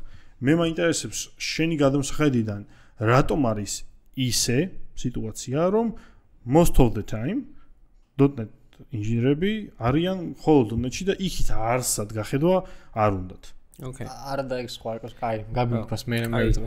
დღეს დავწერე იმას ვიტყვი, ანუ ეგ მარტო .NET-ის პრობლემა არ არის. ანუ დღეს მაგას ვამბობდით, PHP დეველოპერებს რო შეხედო, JavaScript-საც რო შეხედო, ანუ JavaScript-ს ვერ შევადარებთ. JavaScript იმდენ რაღაც იყენებს გარშემო და იგივენაირად არის აქაც, ანუ ზუსტად, ანუ ნახე რა თემა ის არის, რომ გაქვს სრული კომფორტი, ანუ კომფორტის დათმობა ყველას უჭირს რა, ანუ სწრაფი დეველოპმენტია, ანუ ყველა თული გაქვს, რავი, გინდა იმას გააკეთებ მობაილ აპლიკაციას, გინდა რაღაც. მაგის გამოა რომ ვერ თმობენ. თუმცა იმაში გეთანხმები რომ ანუ ცოტა სხვაგანც უნდა გაიხედო, ანუ ის არის ბეღურებს ზარბაზნებს არ ესვრიან, ხო იცი? ზოგჯერ .NET-ი შეიძლება ზარბაზანი იყოს იმისთვის, რა ქვია. ხო, არ არის საჭირო. უნდა გაიხედო, მაგრამ იმას არ ვითანხმები უბრალოდ რომ ეგ მარტო .NET-ის პრობლემაა და რატომღაც community-ში ზოგადად არის ეგეთი აზრი ჩამოყალიბდა, რომ აი ბევრი იძახის მაგას, რომ .NET-ია ეგეთი. .NET-ი არ არის ეგეთი, ყველა ეგეთია. მე გეტყვი რატო არ მაგ მაგალითად მე ეგეთი ხედვა ჩამოყალიბებული. მე მაგალითად ვიცი ტიპები, რომელიც მაგალითად JavaScript ეკოსისტემაში არიან, მაგრამ ძალიან ხშირად შემხვედრია რომ ლაპარაკობენ რაღაც სხვა თემებზე. სხვა თემებს არჩევენ, სხვა თემებს უყურებენ. აი ესე პროსტო ცხადად მარტო შეიძლება იმიტომ ჩანს .NET-ი, ყველაზე მეტი თქვენ ხართ. ხო. შეიძლება მაგითო ჩანს. მაგრამ მაგის დაზუსტება მინდა ყველასთვის. რა ვიღაცას ხა მართლა გონიათ რომ მე და ეს ჩხუბობდა რაღაცა და რეალურად ეგ არის უბრალოდ ხუმრობა იქიდან წამოსული, რომ ტიპებს .NET-ის ტიპებს რო ეტყვი რომ იცი რა რაღაცა მაგარი თულია აქეთ Go-ზე მაგალითად რა, ხო არ გაარჩევდი. ხო, არა, ნუ ძირითადად მასაა და ნუ ეგ იწევს მაგ დამოკიდებულებას. შენ როგორ ხარ მაგასთან დამოკიდებული? შენ როგორ ტექნოლოგიებთან როგორ ხარ? შენ თუ გახსოვს ადრე ბოდიშ სანამ დავასრულებ 2019-ში რაღაცა გიორგი მომალაძემ დაწერა სტატია ტექნოლოგიური რადარი. გახსოვს? კი, მახსოვს. კი. რადარზე დებდა ხოლმე რა ტექნოლოგია უნდა გაერჩია. კი. შეიძლება მე ვარ ეგრე გაზრდილი რა. არა, მეც, რავი, ჩემს გარშემო ვინც არიან .NET დეველოპერები, ან ძირითადი სტეკი .NET-ია და .NET-ზე მუშაობენ, ეგ ხალხიც აკეთებს იგივეს რა, ანუ სხვადასხვა ტექნოლოგიებს ვარჩევთ. ანუ მეც ვარჩევ იგივე Rust-იც გამირჩევია რაღაც დონემდე, ანუ Go არის ახლა ჩემთვის აქტუალური, რასაც აქტიურად ვარჩევ, ასევე ML-ს ვარჩევ აქ .NET-ი მაინც. სხვა მხრივ, ანუ ბევრ ენასთან მქონია შეხება ესე მეც, მაგრამ ანუ რაღაც გემოვნება გიყალიბდება მაინც, ხო? ანუ თან ძირითად მიმართულებად რომ .NET-ი გაქვს, მიყვები მაგას. ნახავ 90% მაგას. ეხლა მაგალითად რომ კონდეს შანსი დიდი სიამოვნებით სრულად დავსვიჩავდი ალბათ Go-ზე, იმიტომ რომ მაინტერესებს. მინდა, კი. შანსი რომ მოგეცეს? კი, აუცილებლად მინდა, ანუ დავიწყებდი. სანამ აქამდე მივალთ. კაი, მინდა გააგზავნო და მე მეგავა. ხო, ანუ იმას ვამბობ, რომ უბრალოდ ვიზამდი მაგას, იმიტომ რომ ერთი რომ როგორც ტექნოლოგია ესე მაინტერესებს, ენა ძალიან საინტერესოა, განსხვავებულ მიდგომებს იყენებს. სიახლეა, ანუ 10 წელია .NET-ზე ვწერ. და სიახლე ძალიან იმასიც ხო არის დამოკიდებული, რისთვის არის რაღაცა ძირითადად მორგებული ეს კონკრეტული პროდუქტი ამ შემთხვევაში ეკოსისტემა რა. ერთხელ შენ თქვი ეგეთი არგუმენტი რა, ამას წინათ რაც თუ ისე შორწარ სულში რომ ნუ გადავებით იყო, მაგრამ მაინც მინდა რომ ეგ ნაწილი ჩავშალო, აი low level-ის თემატიკა რა, რომ მაციურის მიკროს სქემას .NET-ზე და ვინ დაწერსო რა, ხო რა. მაგაზე რაც შემიძლია გითხრა არის ის, რომ უბრალოდ არ დავწერ. ანუ არ ვიმუშავებ მაცივრის მიკროპროცესორის ეგ არ არის სწორი. გესმის, რატომ არ არის სწორი? ეგ არ არის, იმიტომ არ არის სწორი, რომ საინტერესო პირობითად. შენ გაჩნია ადამიანი. შენ დაწერდი? ტექნოლოგიურად ვიზამდი მსგავს რაღაცას, ანუ IoT-ც საინტერესოა, მიცდია IoT-ის კეთება. ხო, რატო არ უნდა? არა, ნახე, აი უყური რა. ესეთი სიტუაცია ჩამოაყალიბოთ, იმენჯინერის სიტუაცია ჩამოაყალიბოთ. მე შენ და შენ ვართ ალბათ ბარში ვზივართ რა. და ვიღაცა ტიპი გავიცანით. ამ ტიპს აქვს რაღაცა IoT სტარტაპი. და დაამუღამო რომ ჩვენ რაღაც ინჟინერები ვართ და დეველოპერები ვართ. რავი, გვთავაზობს, $1 მილიონ გვთავაზობს რაღაცა ინვესტორია რაღაც და ამბობს, რომ თუ ეს გამოგივათ, არ ვიცი რა, ხო ხდებიან მილიონი ეგეთი რაღაც кейსი არსებობს. მან უკვე გადამწყვეტ რაღაცას ამბობ. $1 მილიონ რო გთავაზობ, მილიონის გამო სიზე დავწერ კი არა, ანუ ხო და მაგას ვამბობ, ხა შენ ხო და იქნებ მაგ პერსპექტივამდე არ მიდიხარ საერთოდ იმის მაგას ვამბობ რა, ნახე, შენი თავი არაზოს არ უნდა იფიქრო, რომ ყოველთვის ხარ ვიღაცისთვის დაქირავებული ინჟინერი, რომელიც ვიღაცას რაღაცას უკეთებ. მე მაგალითად შეიძლება იმიტომ ვარჩევ სხვა ტექნოლოგიებს, რომ შეიძლება რაღაც დღე დადგეს მაგალითად რა. შეიძლება რაღაც დღე დადგეს და დამჭირდეს რაღაცაში გამოყენება და უცბად opportunity მქონდეს, მაგრამ იმიტომ რომ რაღაც ერთ ტექნოლოგიაზე ვიყო ჩაციკლული, შეიძლება ეს opportunity გაუმაზრო. და რატო უნდა გამომაგდეს? და სამაგერად სხვა პერსპექტივად შეიძლება მოგცეს იმან რომ ერთ ეკოსისტემაში იყო რომ უფრო მეტად კონდეს ის და სხვა გზები გაგიხსნა. მოდი ვაღიაროთ ეგეთი. ხო, იგივე Microsoft-საც და ანუ აი დიდ კომპანიებზე რო ვთქვათ რა, უცებ კარგი რაც აქვს მაგათ, ანუ ძირითადი ინტერვიუ პროცესები რო ვთქვათ რა, ანუ language agnostic-ია, ხო? ანუ ხო, არავინ არ ახსენებს მაგას, ანუ მიუხედავად იმისა რომ აი იქ Discord-ზე მაგალითად რასაც განვიხილავთ, აი sync-ი ესე რატო და მაგას არ შეიძლება ისე მიგიშვან, კოდი ისე დაგაწერინონ რა, რომ ეგ საერთოდ არ იცოდე, მაგრამ იმდენად კარგი დოკუმენტაცია აქვს თან რაღაც. შენში ინვესტიციას იმიტოდებენ, რომ მარტივად დათვისება შეგიძლია და core პრინციპები იცი, system designing ესმის, ну, at least ერთი პროგრამირების ენა იცი და მარტივად გადაეწყობი რა. ხო და ეგ არის ძალიან კარგი მიდგომა. თუმცა საქართველოს რო ავიღოთ მაგალითად, საქართველოში ეგეთი კომპანიები მე არ ვიცი.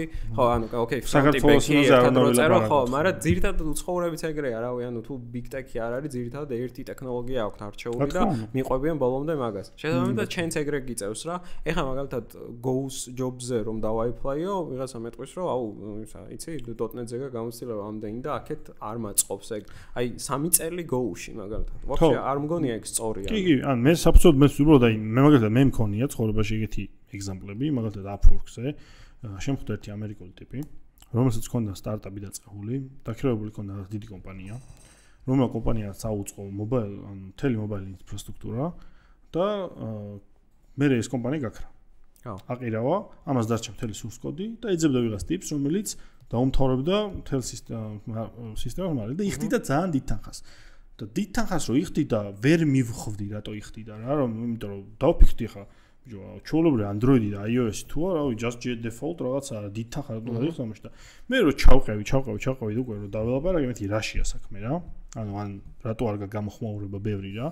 ესეთი რაღაც კონდა გაკეთებული, იმის კომპანიას კონდა ესეთი რაღაც გაკეთებული, რომ Android-სა და iOS-ს შორის რო sharing რაღაც სისტემა ქონოდა და ანუ ორჯერ არ ეწერათ მაგათაც ბიზნეს ლოგიკა და ასე შემდეგ.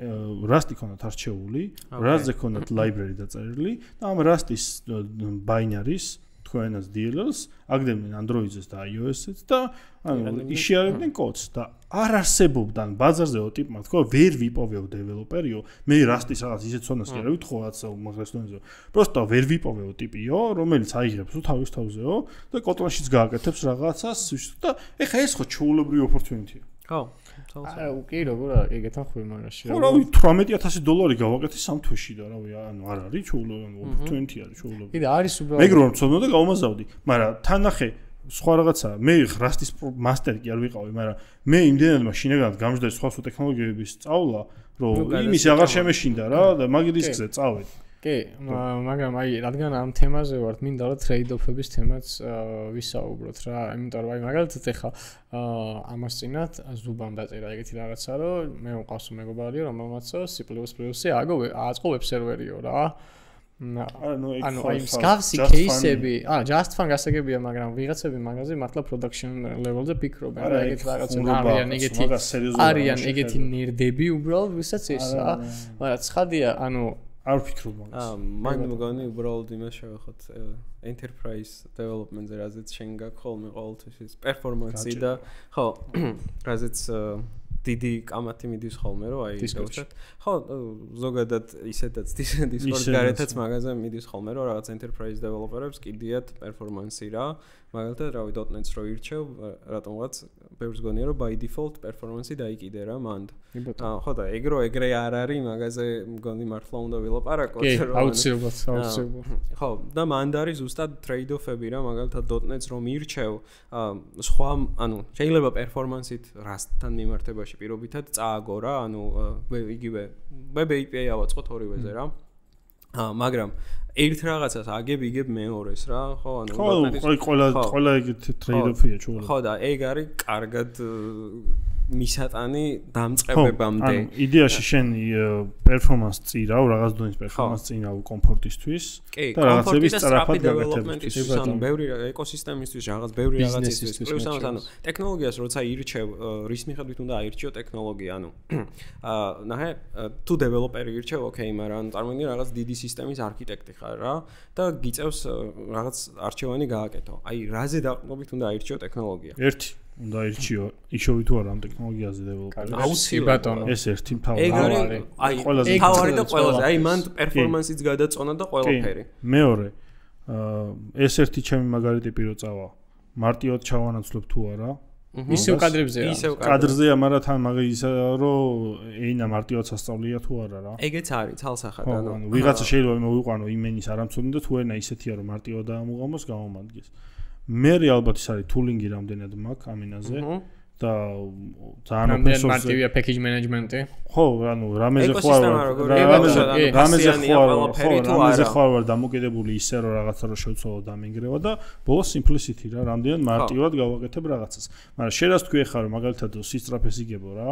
ეგ შეიძლება სიმართლე იყოს, მაგალითად ხა C++-ს რო შევადაროთ იმას, რა ქვია, C#-ზე და web server-ი ავაწყოთ. რა თქმა უნდა, ხა C#-ზე აწყობ 3 წამში.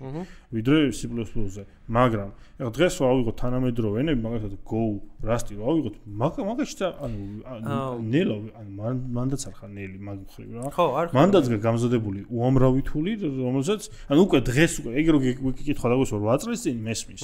მაგრამ დღეს მანდაც მიიღებ, რავი, თუ ონტ გააჩნია რის გამო, რა თქმა უნდა, ხა მე ჩვენ რო ეხა აქ სტარტაპი დავიწყოთ საქართველოში, Rust-ზე რო გააკეთო ბექი იყო ერთი, ეხაც არ მგონი კომპანია Wabaco არის, როგორც ვიცი, Wabaco-ს ჰქონდა რა Beyond Rails-ი აღებული რა. არ ვიცი როგორ შეულობდნენ ხალხს რა, მაგრამ მეც ვიცი ერთი კომპანია და მაგის გამო ორი ტიპი ჩამოიყვანეს ქუთაისიდან, ახლა ცხოვრობდნენ ქირას უხდიდნენ რომ იმათ ეწევა. ამ ისტორიას მოვუსმინე ახლა. ხო და ეს რა Beyond Rails-ის დეველოპერების თემა რო გავშალოთ, ან წარმოიდგინე ჯუნიორი აიყვანე რა, ასწავლე ეს, რავი სხვაგან საწავიდეს ანუ საქართველოში. ანუ ხო რაღაც ძალიან შეიზღუდა მაგით რა. ანუ ეგ ხარ Beyond Rails-ი საერთოდ. ხო, ზოგადად იგივე რო აიღო ნებისმიერ რაღაცაზე, აქ ჩვენთან რო დავიწყოთ რა მარტო ლოკალურ. ეხლა კი უფრო გაიხსნა ბაზარი და რავი remote-ი, მაგრამ ადრე ხო საერთოდ ჩაკეტილი იყო, მაგანაც განაპირობა ცალსახად ის რომ აი რავი დღეს მაგალითად Go-ზე მხდება ვიღაც ტიპები რომ მუშაობენ, ოღონდ ძირითადად რავი remote-ად არიან ხოლმე. ერთი-ორი კომპანია ვიცი მგონი აქ რო აქვს ოფისი რა და წერენ Go-ზე. მაგრამ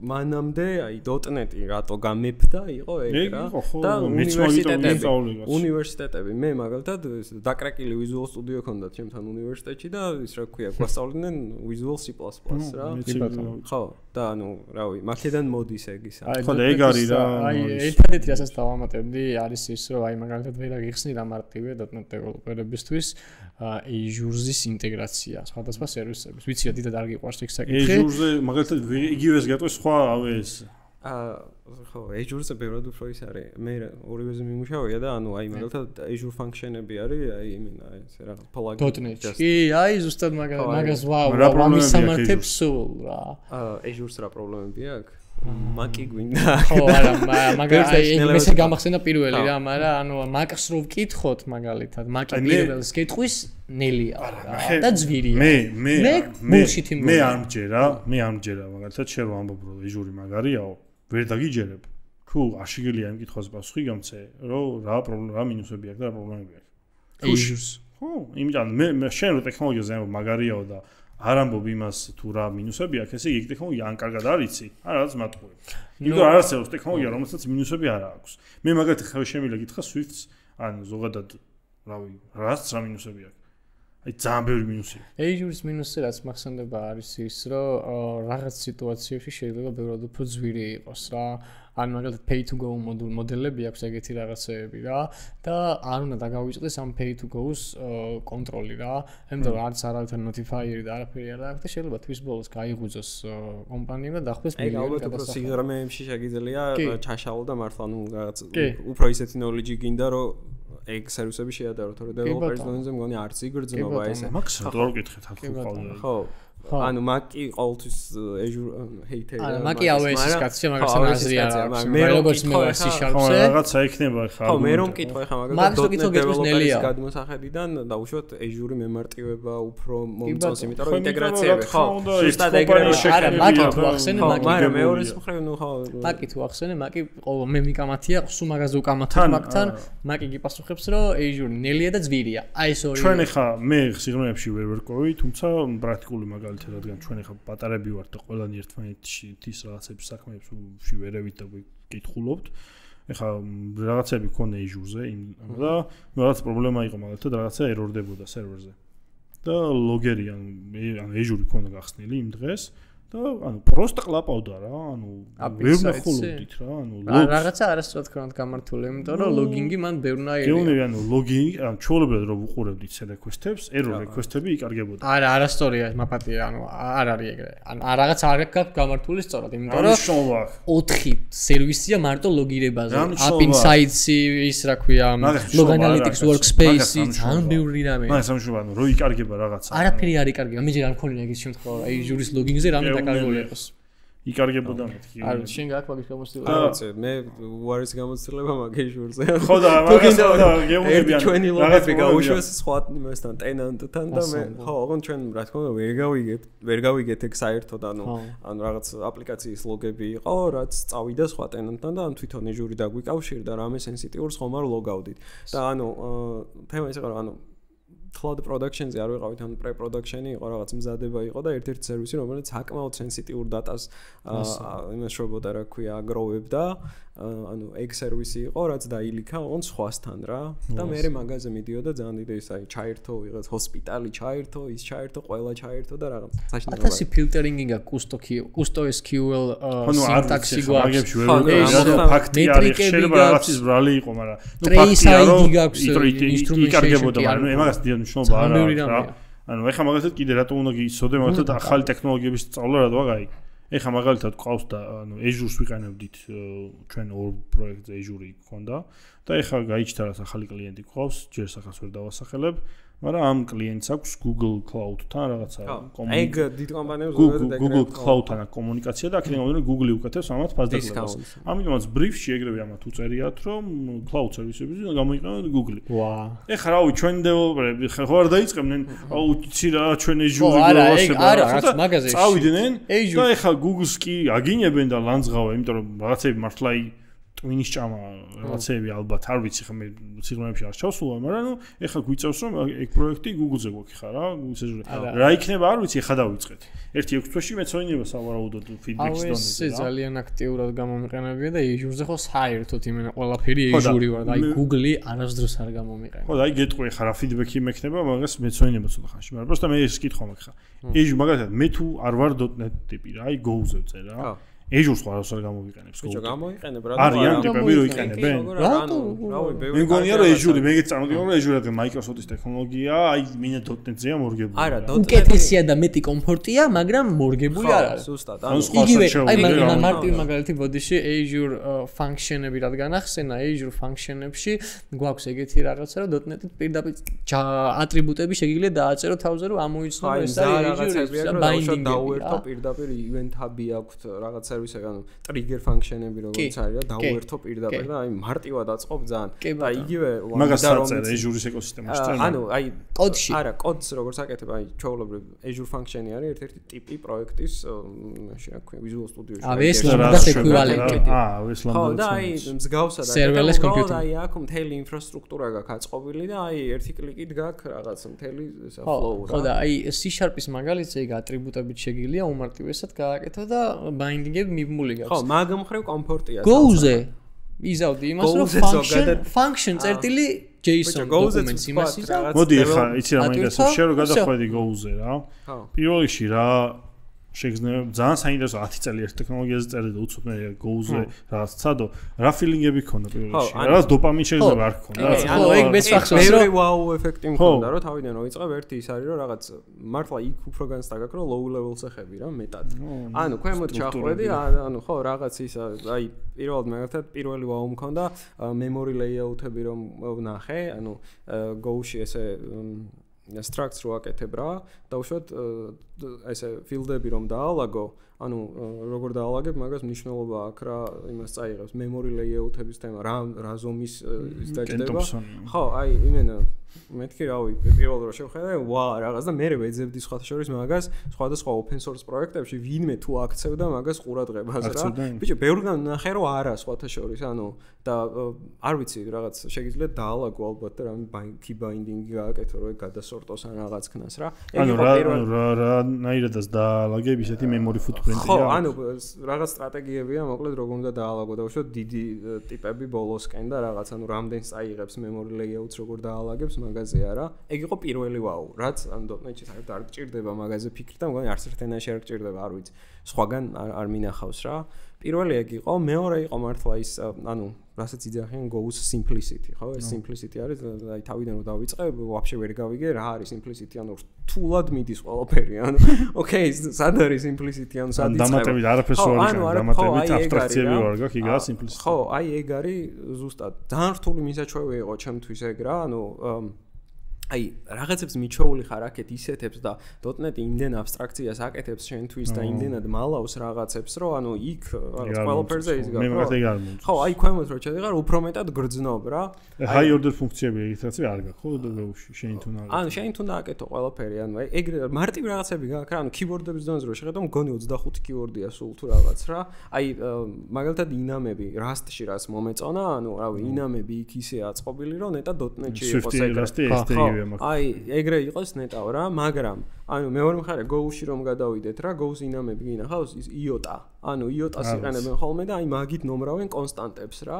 ანუ მეთქი სად არის ინამები რა ანუ ხო ძალიან მე ხა ინამებს ისე ვარ მიჩვეული ძალიან უმეტეს რაღაცას ის კიდევ ანუ სტილები რაც არის რა ეს ერორის დაბრუნება ანუ ერორი რომ ბრუნდება ყველა ფუნქციიდან ბრუნდება მნიშვნელობა და ერორი რეზულტატი ხო ეგ ინტერფეისების თემა იყო შოკი ასევე ან შოკი არ იყო დაკტაიპინგი ანუ დაკტაიპინგია რა ანუ ინტერფეისი ექსპლიციტად ანუ როგორ იმპლემენტირდება რა მაგალითად ცარიელი ინტერფეისი არის ყველაფერს აიმპლემენტირებს ჩათვალე რა უბრალოდ ყველა აიმპლემენტირებს რამე კლას რომ გააკეთებ ანუ თუ კი თან ხვედრა კლასი გაქვს ულში კლასი რა სტრუქტურა კლასი თუ ხო აი კიდე ეგრო ერთი გაქვს რა ეს სტრუქტი რა ანუ Go კარგი მაგით არის რომ ანუ ერთი რაღაც გაქვს რაც შეიძლება გამოიყენო და მეორე გამოიყენე ფიზიკურად .NET-ში რომ გადახვიდე record-ი გაქვს კლასი გაქვს სტრუქტი გაქვს და ანუ ეგ სხვათა შორის დაბნევასაც იწევს ანუ მით უმეტეს დამწყები ალბათ თავიდან დაიწყებს და ვერ გაიგებს მოდი სტრუქტებით რატო არ უნდა გავაკეთო ყველაფერი რატო არა ხო ანუ თავიდან რო არის არაფერი რატო არა ან იგივე რატო გამოვიყენო record-ი რატო კლასი არა მე ხო არა ანუ მე ეგ Microsoft-ის პრობლემა მგონია ეგ იცი ისედაც რომ ეზიზნება ეგ record-ი არისო ხო record-ი ახალი ის არის ესე .NET-ში რომელსაც ესე რო შეხედავ კლასისგან immutable ტიპია რა აქტორია არ ვიცი აი immutable ტიპია პროსტა წარმოიდგინე კლასივითა ყველაფერი record-ში მგეტყვი ხა დაახლოებით როგორ არის record-ში რაღაცას რო გააკეთებ ამ ეს record-ი ავტომატურად thread safe-ია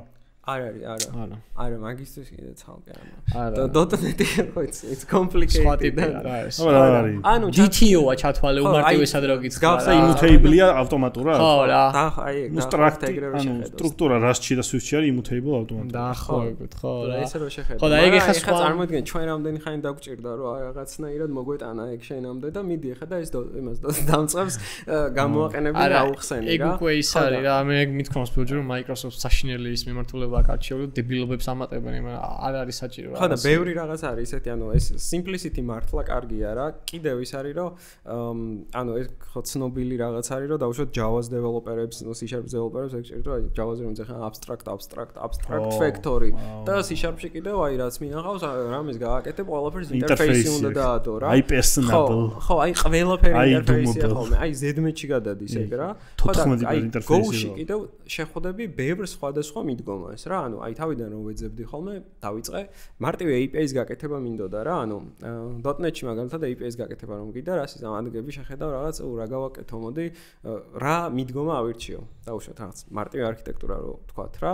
აირჩევ clean არქიტექტურას მაგალითად, vertical slices, რაღაც არ ვიცი, იმას რა ქვია, minimal API-ის გააკეთებ ან რაღაც რა. რაღაცები ჩამოყალიბებულია პროსტა რა, აი სტილები რო აი დაარქვა სახელი infrastructure ის.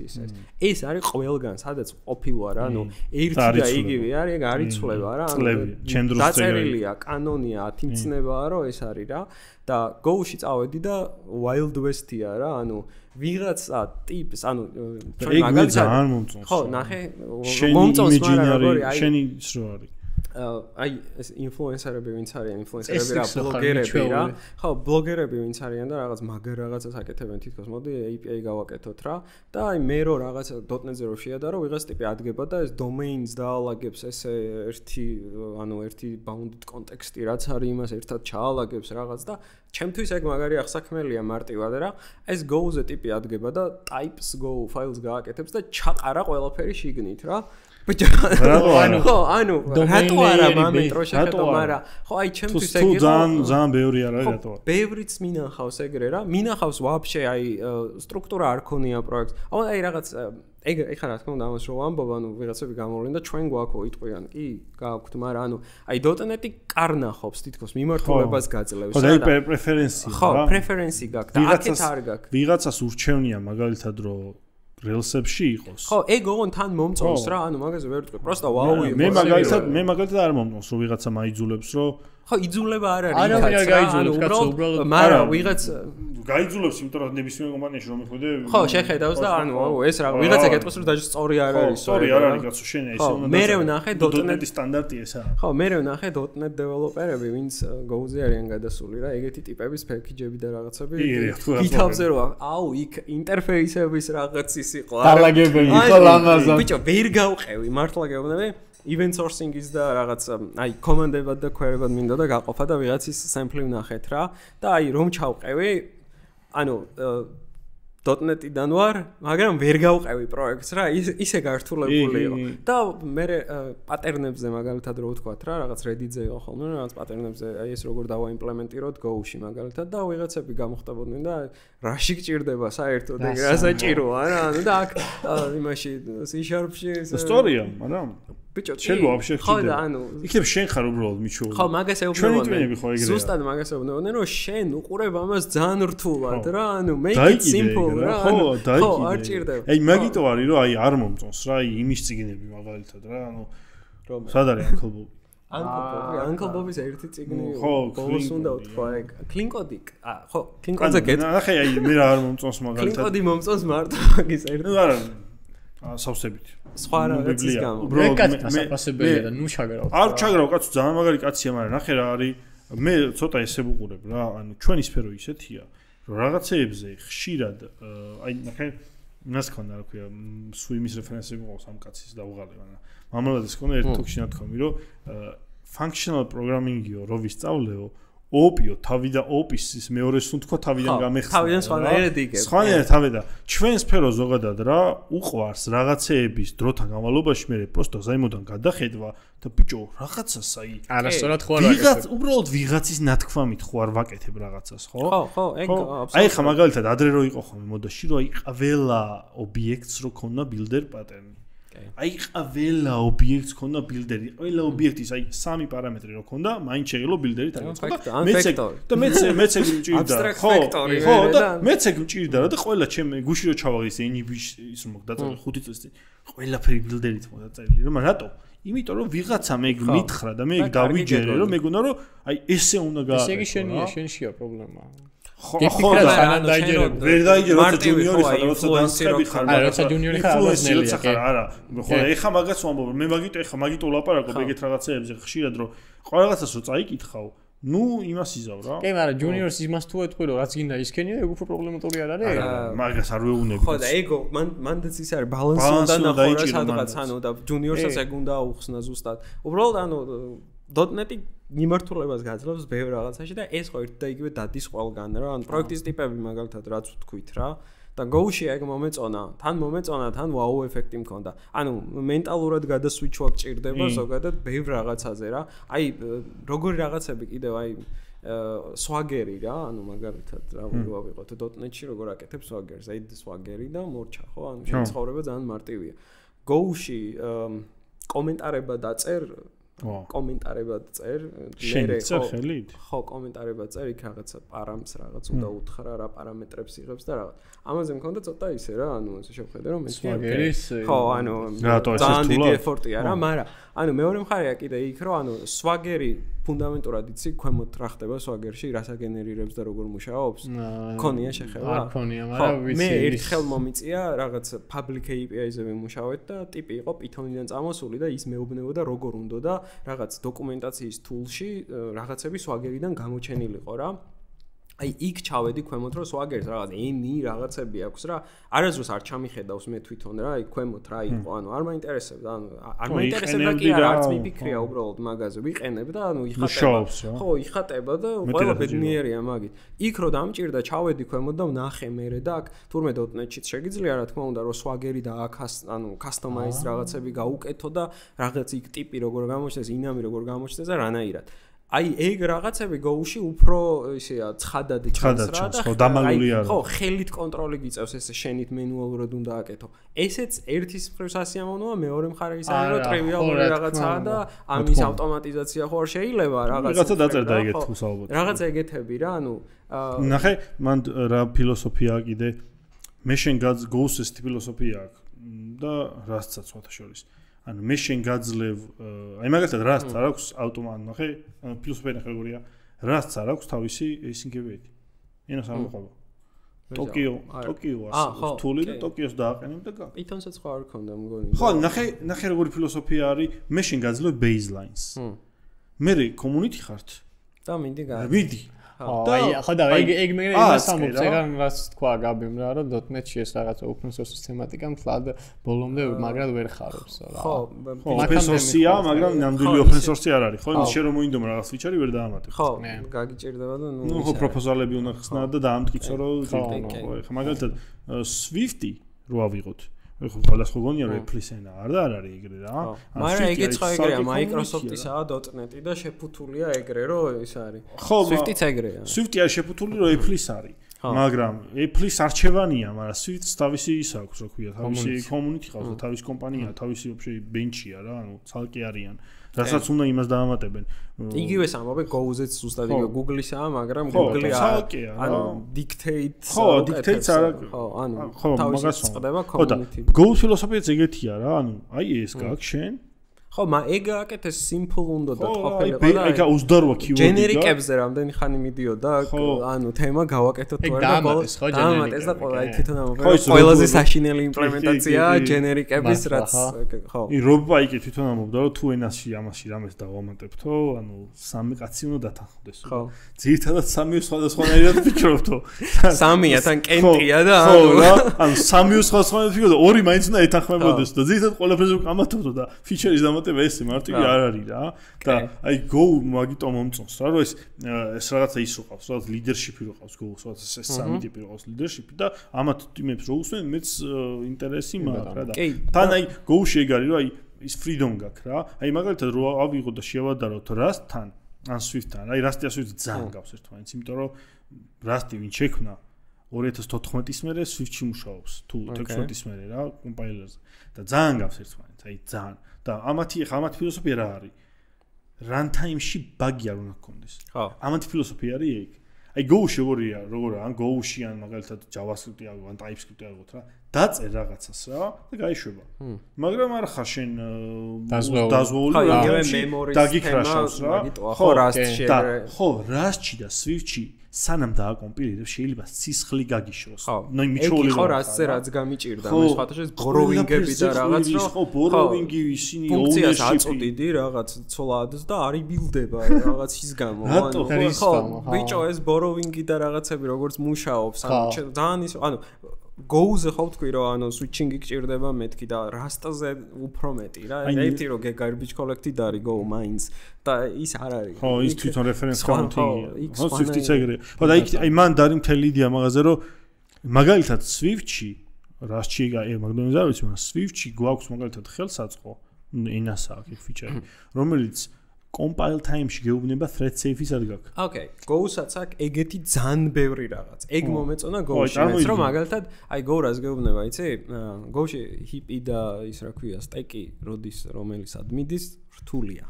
რატო? წინას, აი .NET-ში ხო იტყვი მაგას, რომ კლასი გაქვს სტრუქტურა და იქ მქონდა სტრუქტურის პოინტერი თუ გაქვს. აქ ძალიან რთულია ეგ რა, ბევრ რაღაცაზეა დამოკიდებული და მაგისთვის აქვს Go-ს თული რა.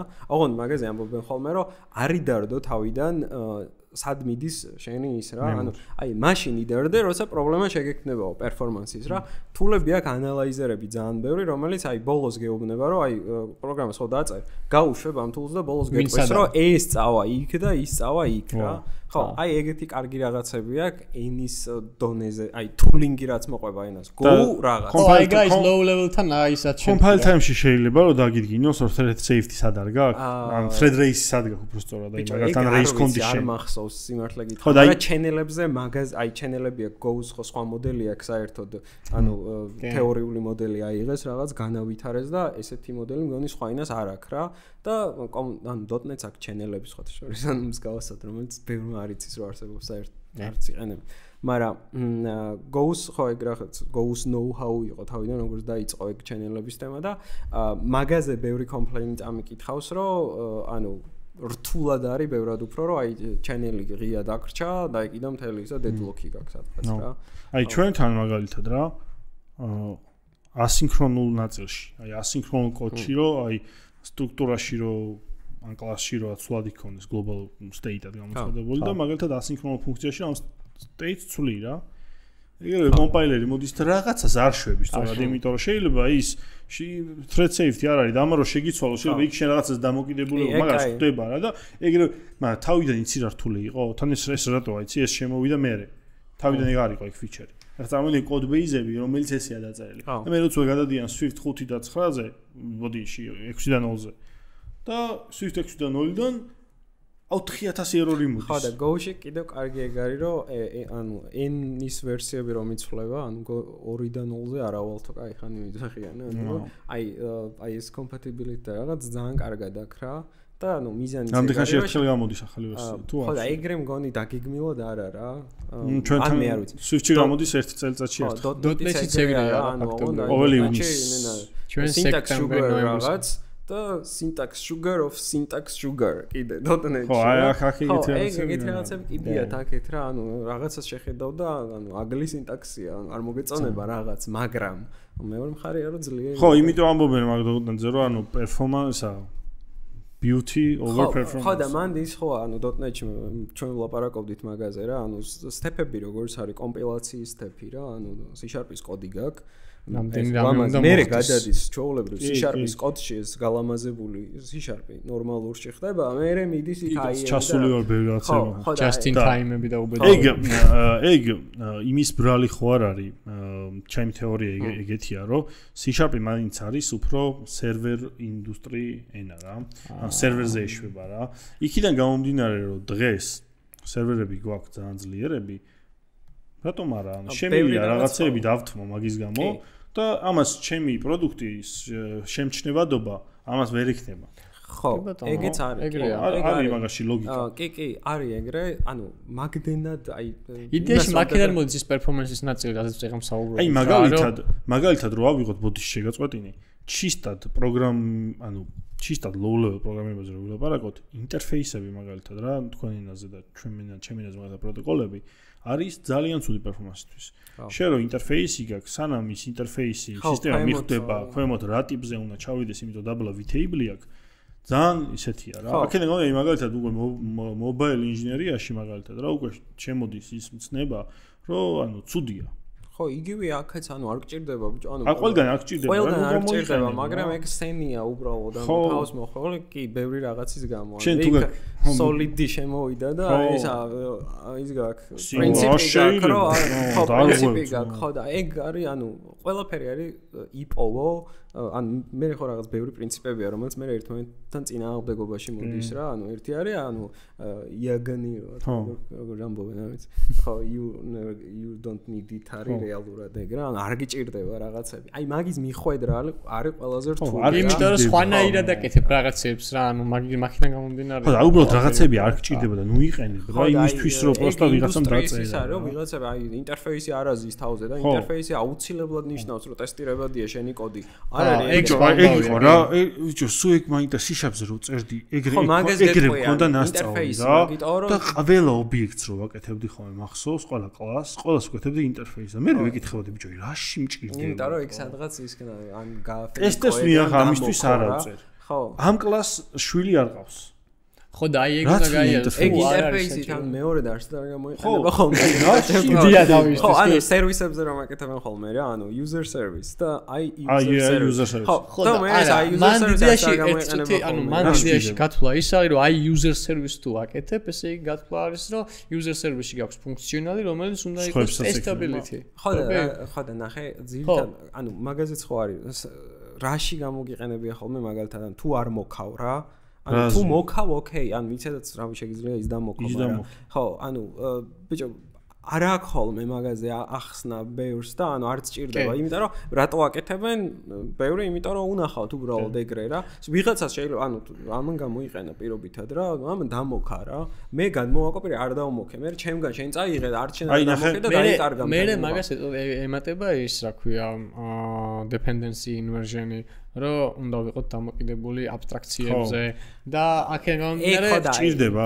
ეგ რაღაცები ხო, დიზაინ პატერნებსაც რო შევეხოთ იგივენაირად როგორც ეს პრინციპებია რაღაცები, სოფტვეარი რომ განვითარდა, აი, რავი, დღეს მგონი დიზაინ პატერნებს აღარც ეკითხებიან ინტერვიუზე, ხო, იმიტომ რომ რავი, ადრე რავი, რო არ იცოდი, ხო, რო არ იცოდი 29 chain of responsibility რო არ იცოდი და თან ეს პატერნები უნდა დაგეყო იმ behavioral, structural და creational pattern. ესე თუ არ იცოდი აღერხეული გონა. ხო, გასაუბრებები ხო მაგისთვის იზეპირებდნენ. ესე ვიტყავდი მე. ხო, აი რეალური უკან რა არის, აი რავი. ისკოვს ვერ აგიხსნის მაგალითად სოლიდიდან ბევრი, პროსტა გეტყვის რომ დაზეპირებულად და ვერ აგიხსნის რა.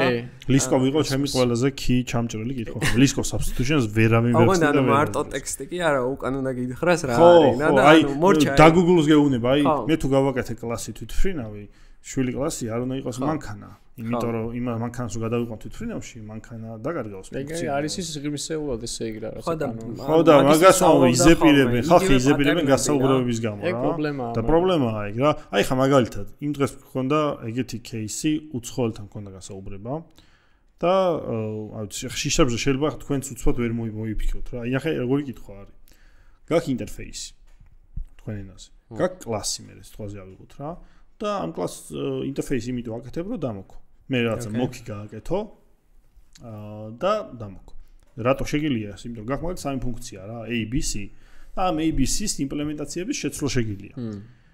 ეხლა უცბად ვეუბნები ამ ტიპს რა. აკრძალული აქვს ინტერფეისის გამოყენება. როგორ გააკეთებ შენ კლას ისე, რომ შეგეძლოს ABC ფუნქციების on the fly runtime-ში დამოქვა. ჩადე დაჭდა, ვერ მიხვდა ვერაფერს, როგორ ქნას.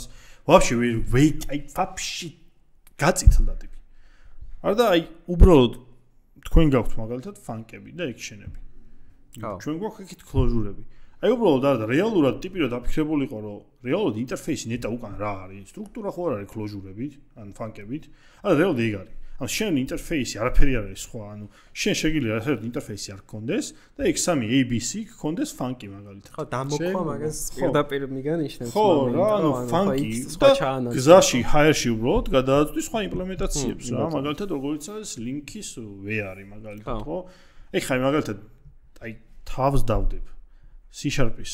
რა უშავოთ, C#-ის ბევრი დეველოპერი მომიყვანე 10-დან აი დარწმუნებული ვარ ერთ პირველ წდაზე 7 კაცი VR-ს ვერ დაწყობს. მე მაგას ვასწავლე. ვანდიოში გქონდა ეგ სხვათა შორის ტესტი იყო ერთი დეველოპერი რომ აყავდა ხოლმე. ლინკის რომელიმე მეთოდს ვაწერინებდით ხოლმე რა, ანუ მე challenge-ად გქონდა აღებული რა, მახსოვს აი და ის ჯონ სკიტის EduLink-ი არის ეგეთი ძალიან მაგარი რესურსი რა და ყველა ლინკის მეთოდი ტესტები მაგას გარჩეული რა, როგორ და რანაირად რა და ხო, ან მიდია VR-ი დაწერე. ეხლა ეგ იყო, ეხლა სუიძე მქონდა კიდე გასაუბრები და VR-ი აქვია, ეგ ფილტერია, მან იგივეა რა. მიდია დაწერე.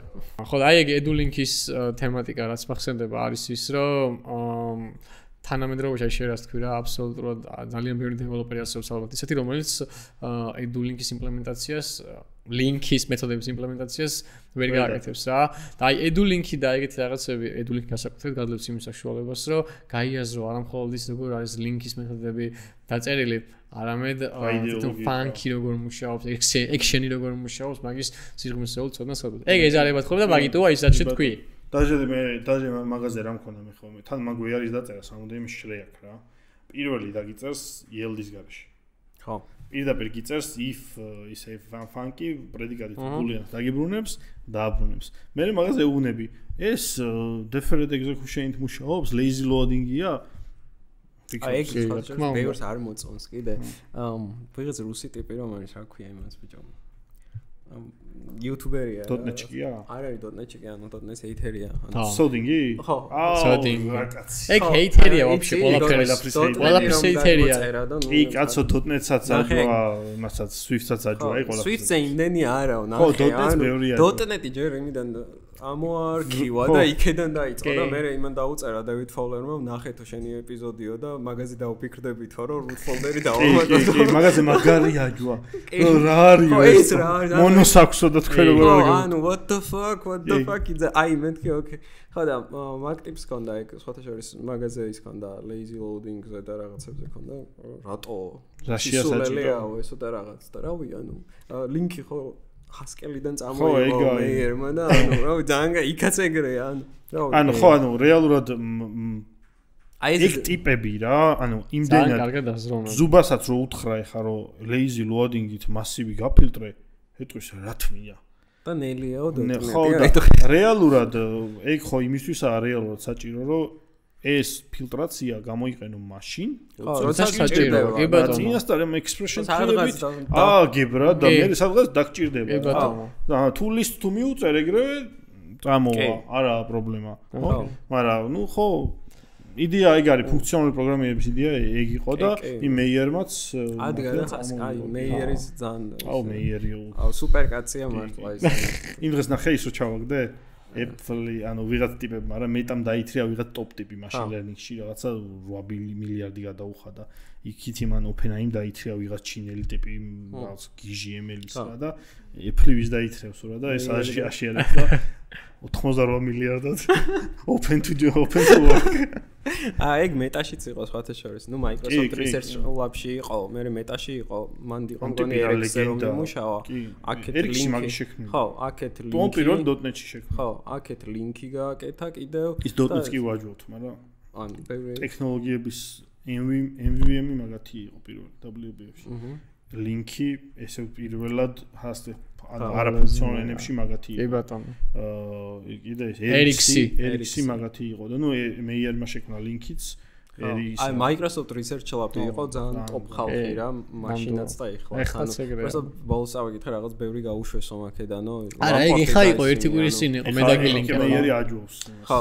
არა, ეხა ზოგადად ეხა ამ წამს რაც არის ბოლო ერთი თვე ალბათ ლეიოფების პერიოდია, რატომღაც რა ამერიკული პოლიტიკები დაემატა რაღაცეები და ფათაშორის აი ეხლა ორი კვირის წინ გაბიმრაც თქვა რა, ანუ აი Microsoft-ში გაუშვეს ძალიან პროტოტიპები იმენა. ანუ ხო, გონი Lamport-ზე წავიკითხე და მაგ მაგის სასტავზე მაგ დროს ვინც იყვნენ რა, ანუ მაგიტო აი იგინება მეიერის ის, დროს ვინც იყო მაგ ხალხზე, ანუ რაღაც ბევრი YouTube-ზე ქონდათ ხოლმე ის რაღაც მეიერს ქონდა Haskell-ის ტუტორიალები, მაგას ვეჯექი ხოლმე და მე იყო ხოლმე აი ექტორ მოდელების ექტორი რო ახსენე, ექტორ მოდელების შემქმნელ ტიპებთან ერთად რაღაც ბლოგებს წერდა და ახსნევინებდა რა არის ექტორ მოდელი რა და ანუ რაღაც ისეთი ხალხი იყო შეკრებილი.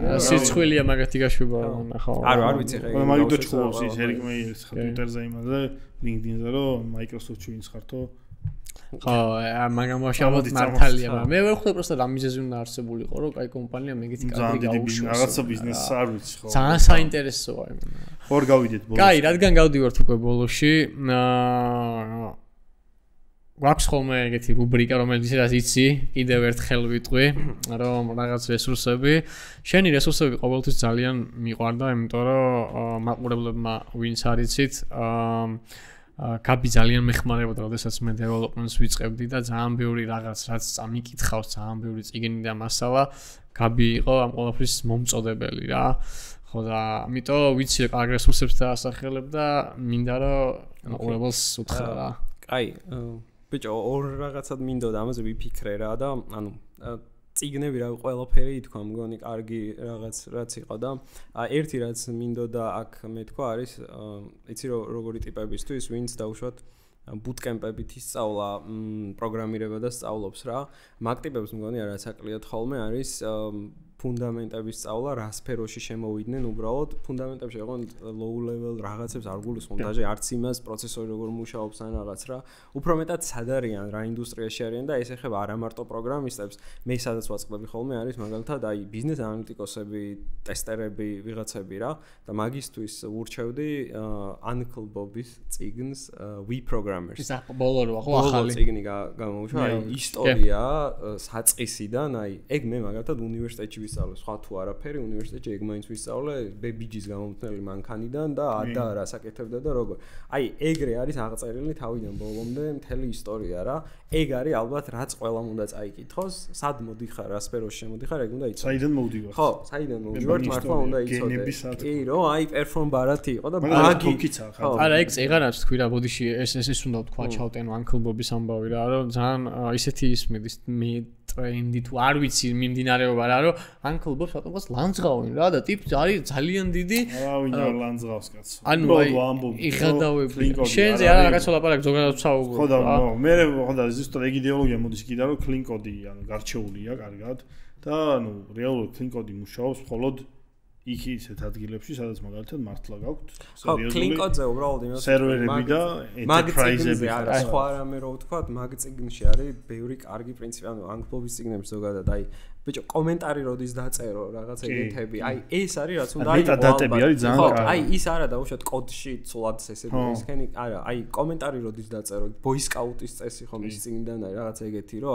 აი მაგიტო ურჩევდი ისე იგივე აი პრინციპები ისწავლეთ პროგრამირების რა რაღაცები ანუ პატერნებზე მეტად პრინციპები ეს რაღაც სტანდარტული პრინციპები თუნდაც როდის რა გამოიყენო ეს რაღაც დუბლირება როდის გააკეთო კოდის და როდის არა ეგ არის რასაც ურჩევს სწავლებაზე რას ეტყვი ანუ ზოგადად ეხა მაგალითად ბევრი ხო შემოდი ჩვენთან დისკორდში კითხულობენ რომ .NET-ი დავიწყო თუ ისა რა ქვია Node რა ვქნა ხო და მე მაგაზე კითხვა მაქვს ხოლმე პროგრამირება დაიწყე ჯერ ხო უბრალოდ .NET-ი მაინც C#.NET-ი ერთად ხო მაგრამ მაგ დაყვება მაინც მიყავა C#-ის სწავლას კი არ დაიწყებს სწავლა დაიწყებს ASP-ის სწავლას ხო იქ ფუნქციების სწავლას დაიწყებს კი ცალსახად როგორ დაიწყებს თუ C# არის დაიწყებს რაღაც ფუნდამენტებს გამაზავენ ისეც რომელიც საჭიროა მაგრამ ხო თავისთავად ჯერ ჯობია რომ ფუნდამენტები ისწავლო იმიტომ რომ მაგ ფუნდამენტებს მე არასდროს არ დაუბრუნდები გაგიჯდება რომ იცი და კიდე ერთი რჩევა რასაც მივცემდი დამწყებსაც და ანუ რაღაც დონემდე დეველოპერებს არის ყველას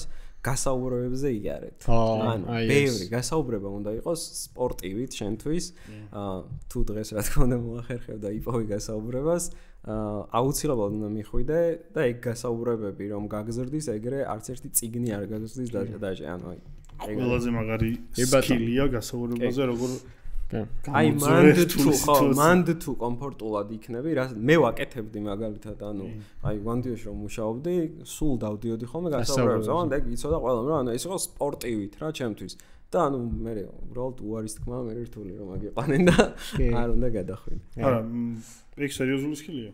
ხო, ეგეც უნდა იარო, თორე ძალიან დიდი შანსია რომ ბევრი შეცდომას 3 წელი 4 წელი თუ გასულობაზე არ გიული, მე ხო. ბევრი შეცდომა, ანუ რაც რაღაცები ძალიან ბევრი რამე რაც არ ვიცოდი გასაუბრებების მერე წავსულ ვარ და დამირისერჩებია რომ აი ესე როგორ კეთდება რა. იმიტომ რომ ეგ დარეჯექტება ცალკე. კი, და ბევრი რაღაც რაც ყველა ვარიანტი ნასწავლი გამოდის. ხო, რაც გონია რომ იცი, მაგას ნახავ რომ არ იცი. კი ბატონო, კი. ეგ არის კარგი. აი, მეორე რესურსი. ეგ რჩევა იყო. რჩევა იყო. წიგნებს არ ვურჩევ. ეხლა მესამე. წიგნებს არ ვურჩევ. ეგ იყო და ნუ clean code-ის დიზაინ პრინციპები იყო ზოგადად რაც ვახსენე. ეს იქნება ჩემი რჩევა სულ. კი ბატონო, ძალიან კარგი. ძალიან კაი ეპიზოდი გამოგვივიდა. თქვენ თუ ომსელოდებოდით, ვერ მიიღეთ. კი ბატონო. მაგრამ ნუ საინტერესო დისკუსია კი. შევხვდებით მეგობრებო 21-ე ეპიზოდში და დიდი იმედი მაქვს რომ ძალიან ცოტა ადამიანები გვაკლია იმისთვის რომ 3000 subscriber-ი გაგვიხდეს. დაგვალაიქეთ. ძალიან ბევრს ნიშნავს ჩვენთვის მით უმეტეს ძალიან მალე ჩავატარებთ. თქვა? მიდი თქვი. ხო, მოკლედ იქიდან გამომდინარე რომ ჩვენი top active user-ი და ერთ-ერთი კი არა, ყველაზე მეტი ნახვადი ვიდეო ისაც აქვს და ჩვენი ერთ-ერთი უდიდესი community წევრი ზუბა ჩამოდის ახლა რამოდენიმე დღეში. ჩვენ გვინდა რომ ჩავატაროთ game jam-ი, რომელიც იქნება offline. და მე დავამატებ რაღაც დეტალებს ამაზე. იმის გამო რომ ზუბა როგორც ვიცით ძალიან ცოტა ხნით იქნება საქართველოში და ძალიან სწრაფად გადაწყდა მისი აქ ჩამოსვლა. იძულებულები ვართ და საკმაოდ სწრაფ და side note-ში დავაანონსოთ ეს ყველაფერი და ეს ყველაფერი ძალიან მალე იქნება, იმიტომ რომ გვინდა რომ ზუბა დავამთხვიოთ ამ ამბავს, იმიტომ რომ შემდეგი 2 წელი სანამ GTA 6 ბოლომდე არ გამოვა, ზუბა აქ ვერ ჩამოვა ფიზიკურად რა. და გავაკეთებთ TikTok-ებს game jam-ის პარალელურად. ლექცია ასევე. ხო, ლექციები და 2 დღიანი game jam იქნება. ეს იქნება ასევე იმ დაპირების ნაწილი, რაზეც თვითონ 500 კაცი რო შევიკრებებოდი Discord-ზე შევასრულებდით, მაგრამ მე მიაზრით მაგრად გავერთობთ ის 2 დღე ხო, ეგა networking-ი, კომუნიკაცია და დანარჩენზე აუცილებლად ნახავთ რა გამოვა. დაასაბსკრაიბეთ და ივლისის დასაწყისში გელოდებით game jam-ზე აგრეთვე. ივლისის დასაწყისში ვაკეთებთ? კი. მეც არ ვიცი. აი, შევხვდებით შემდეგ ეპიზოდში. მადლობა. მადლობა.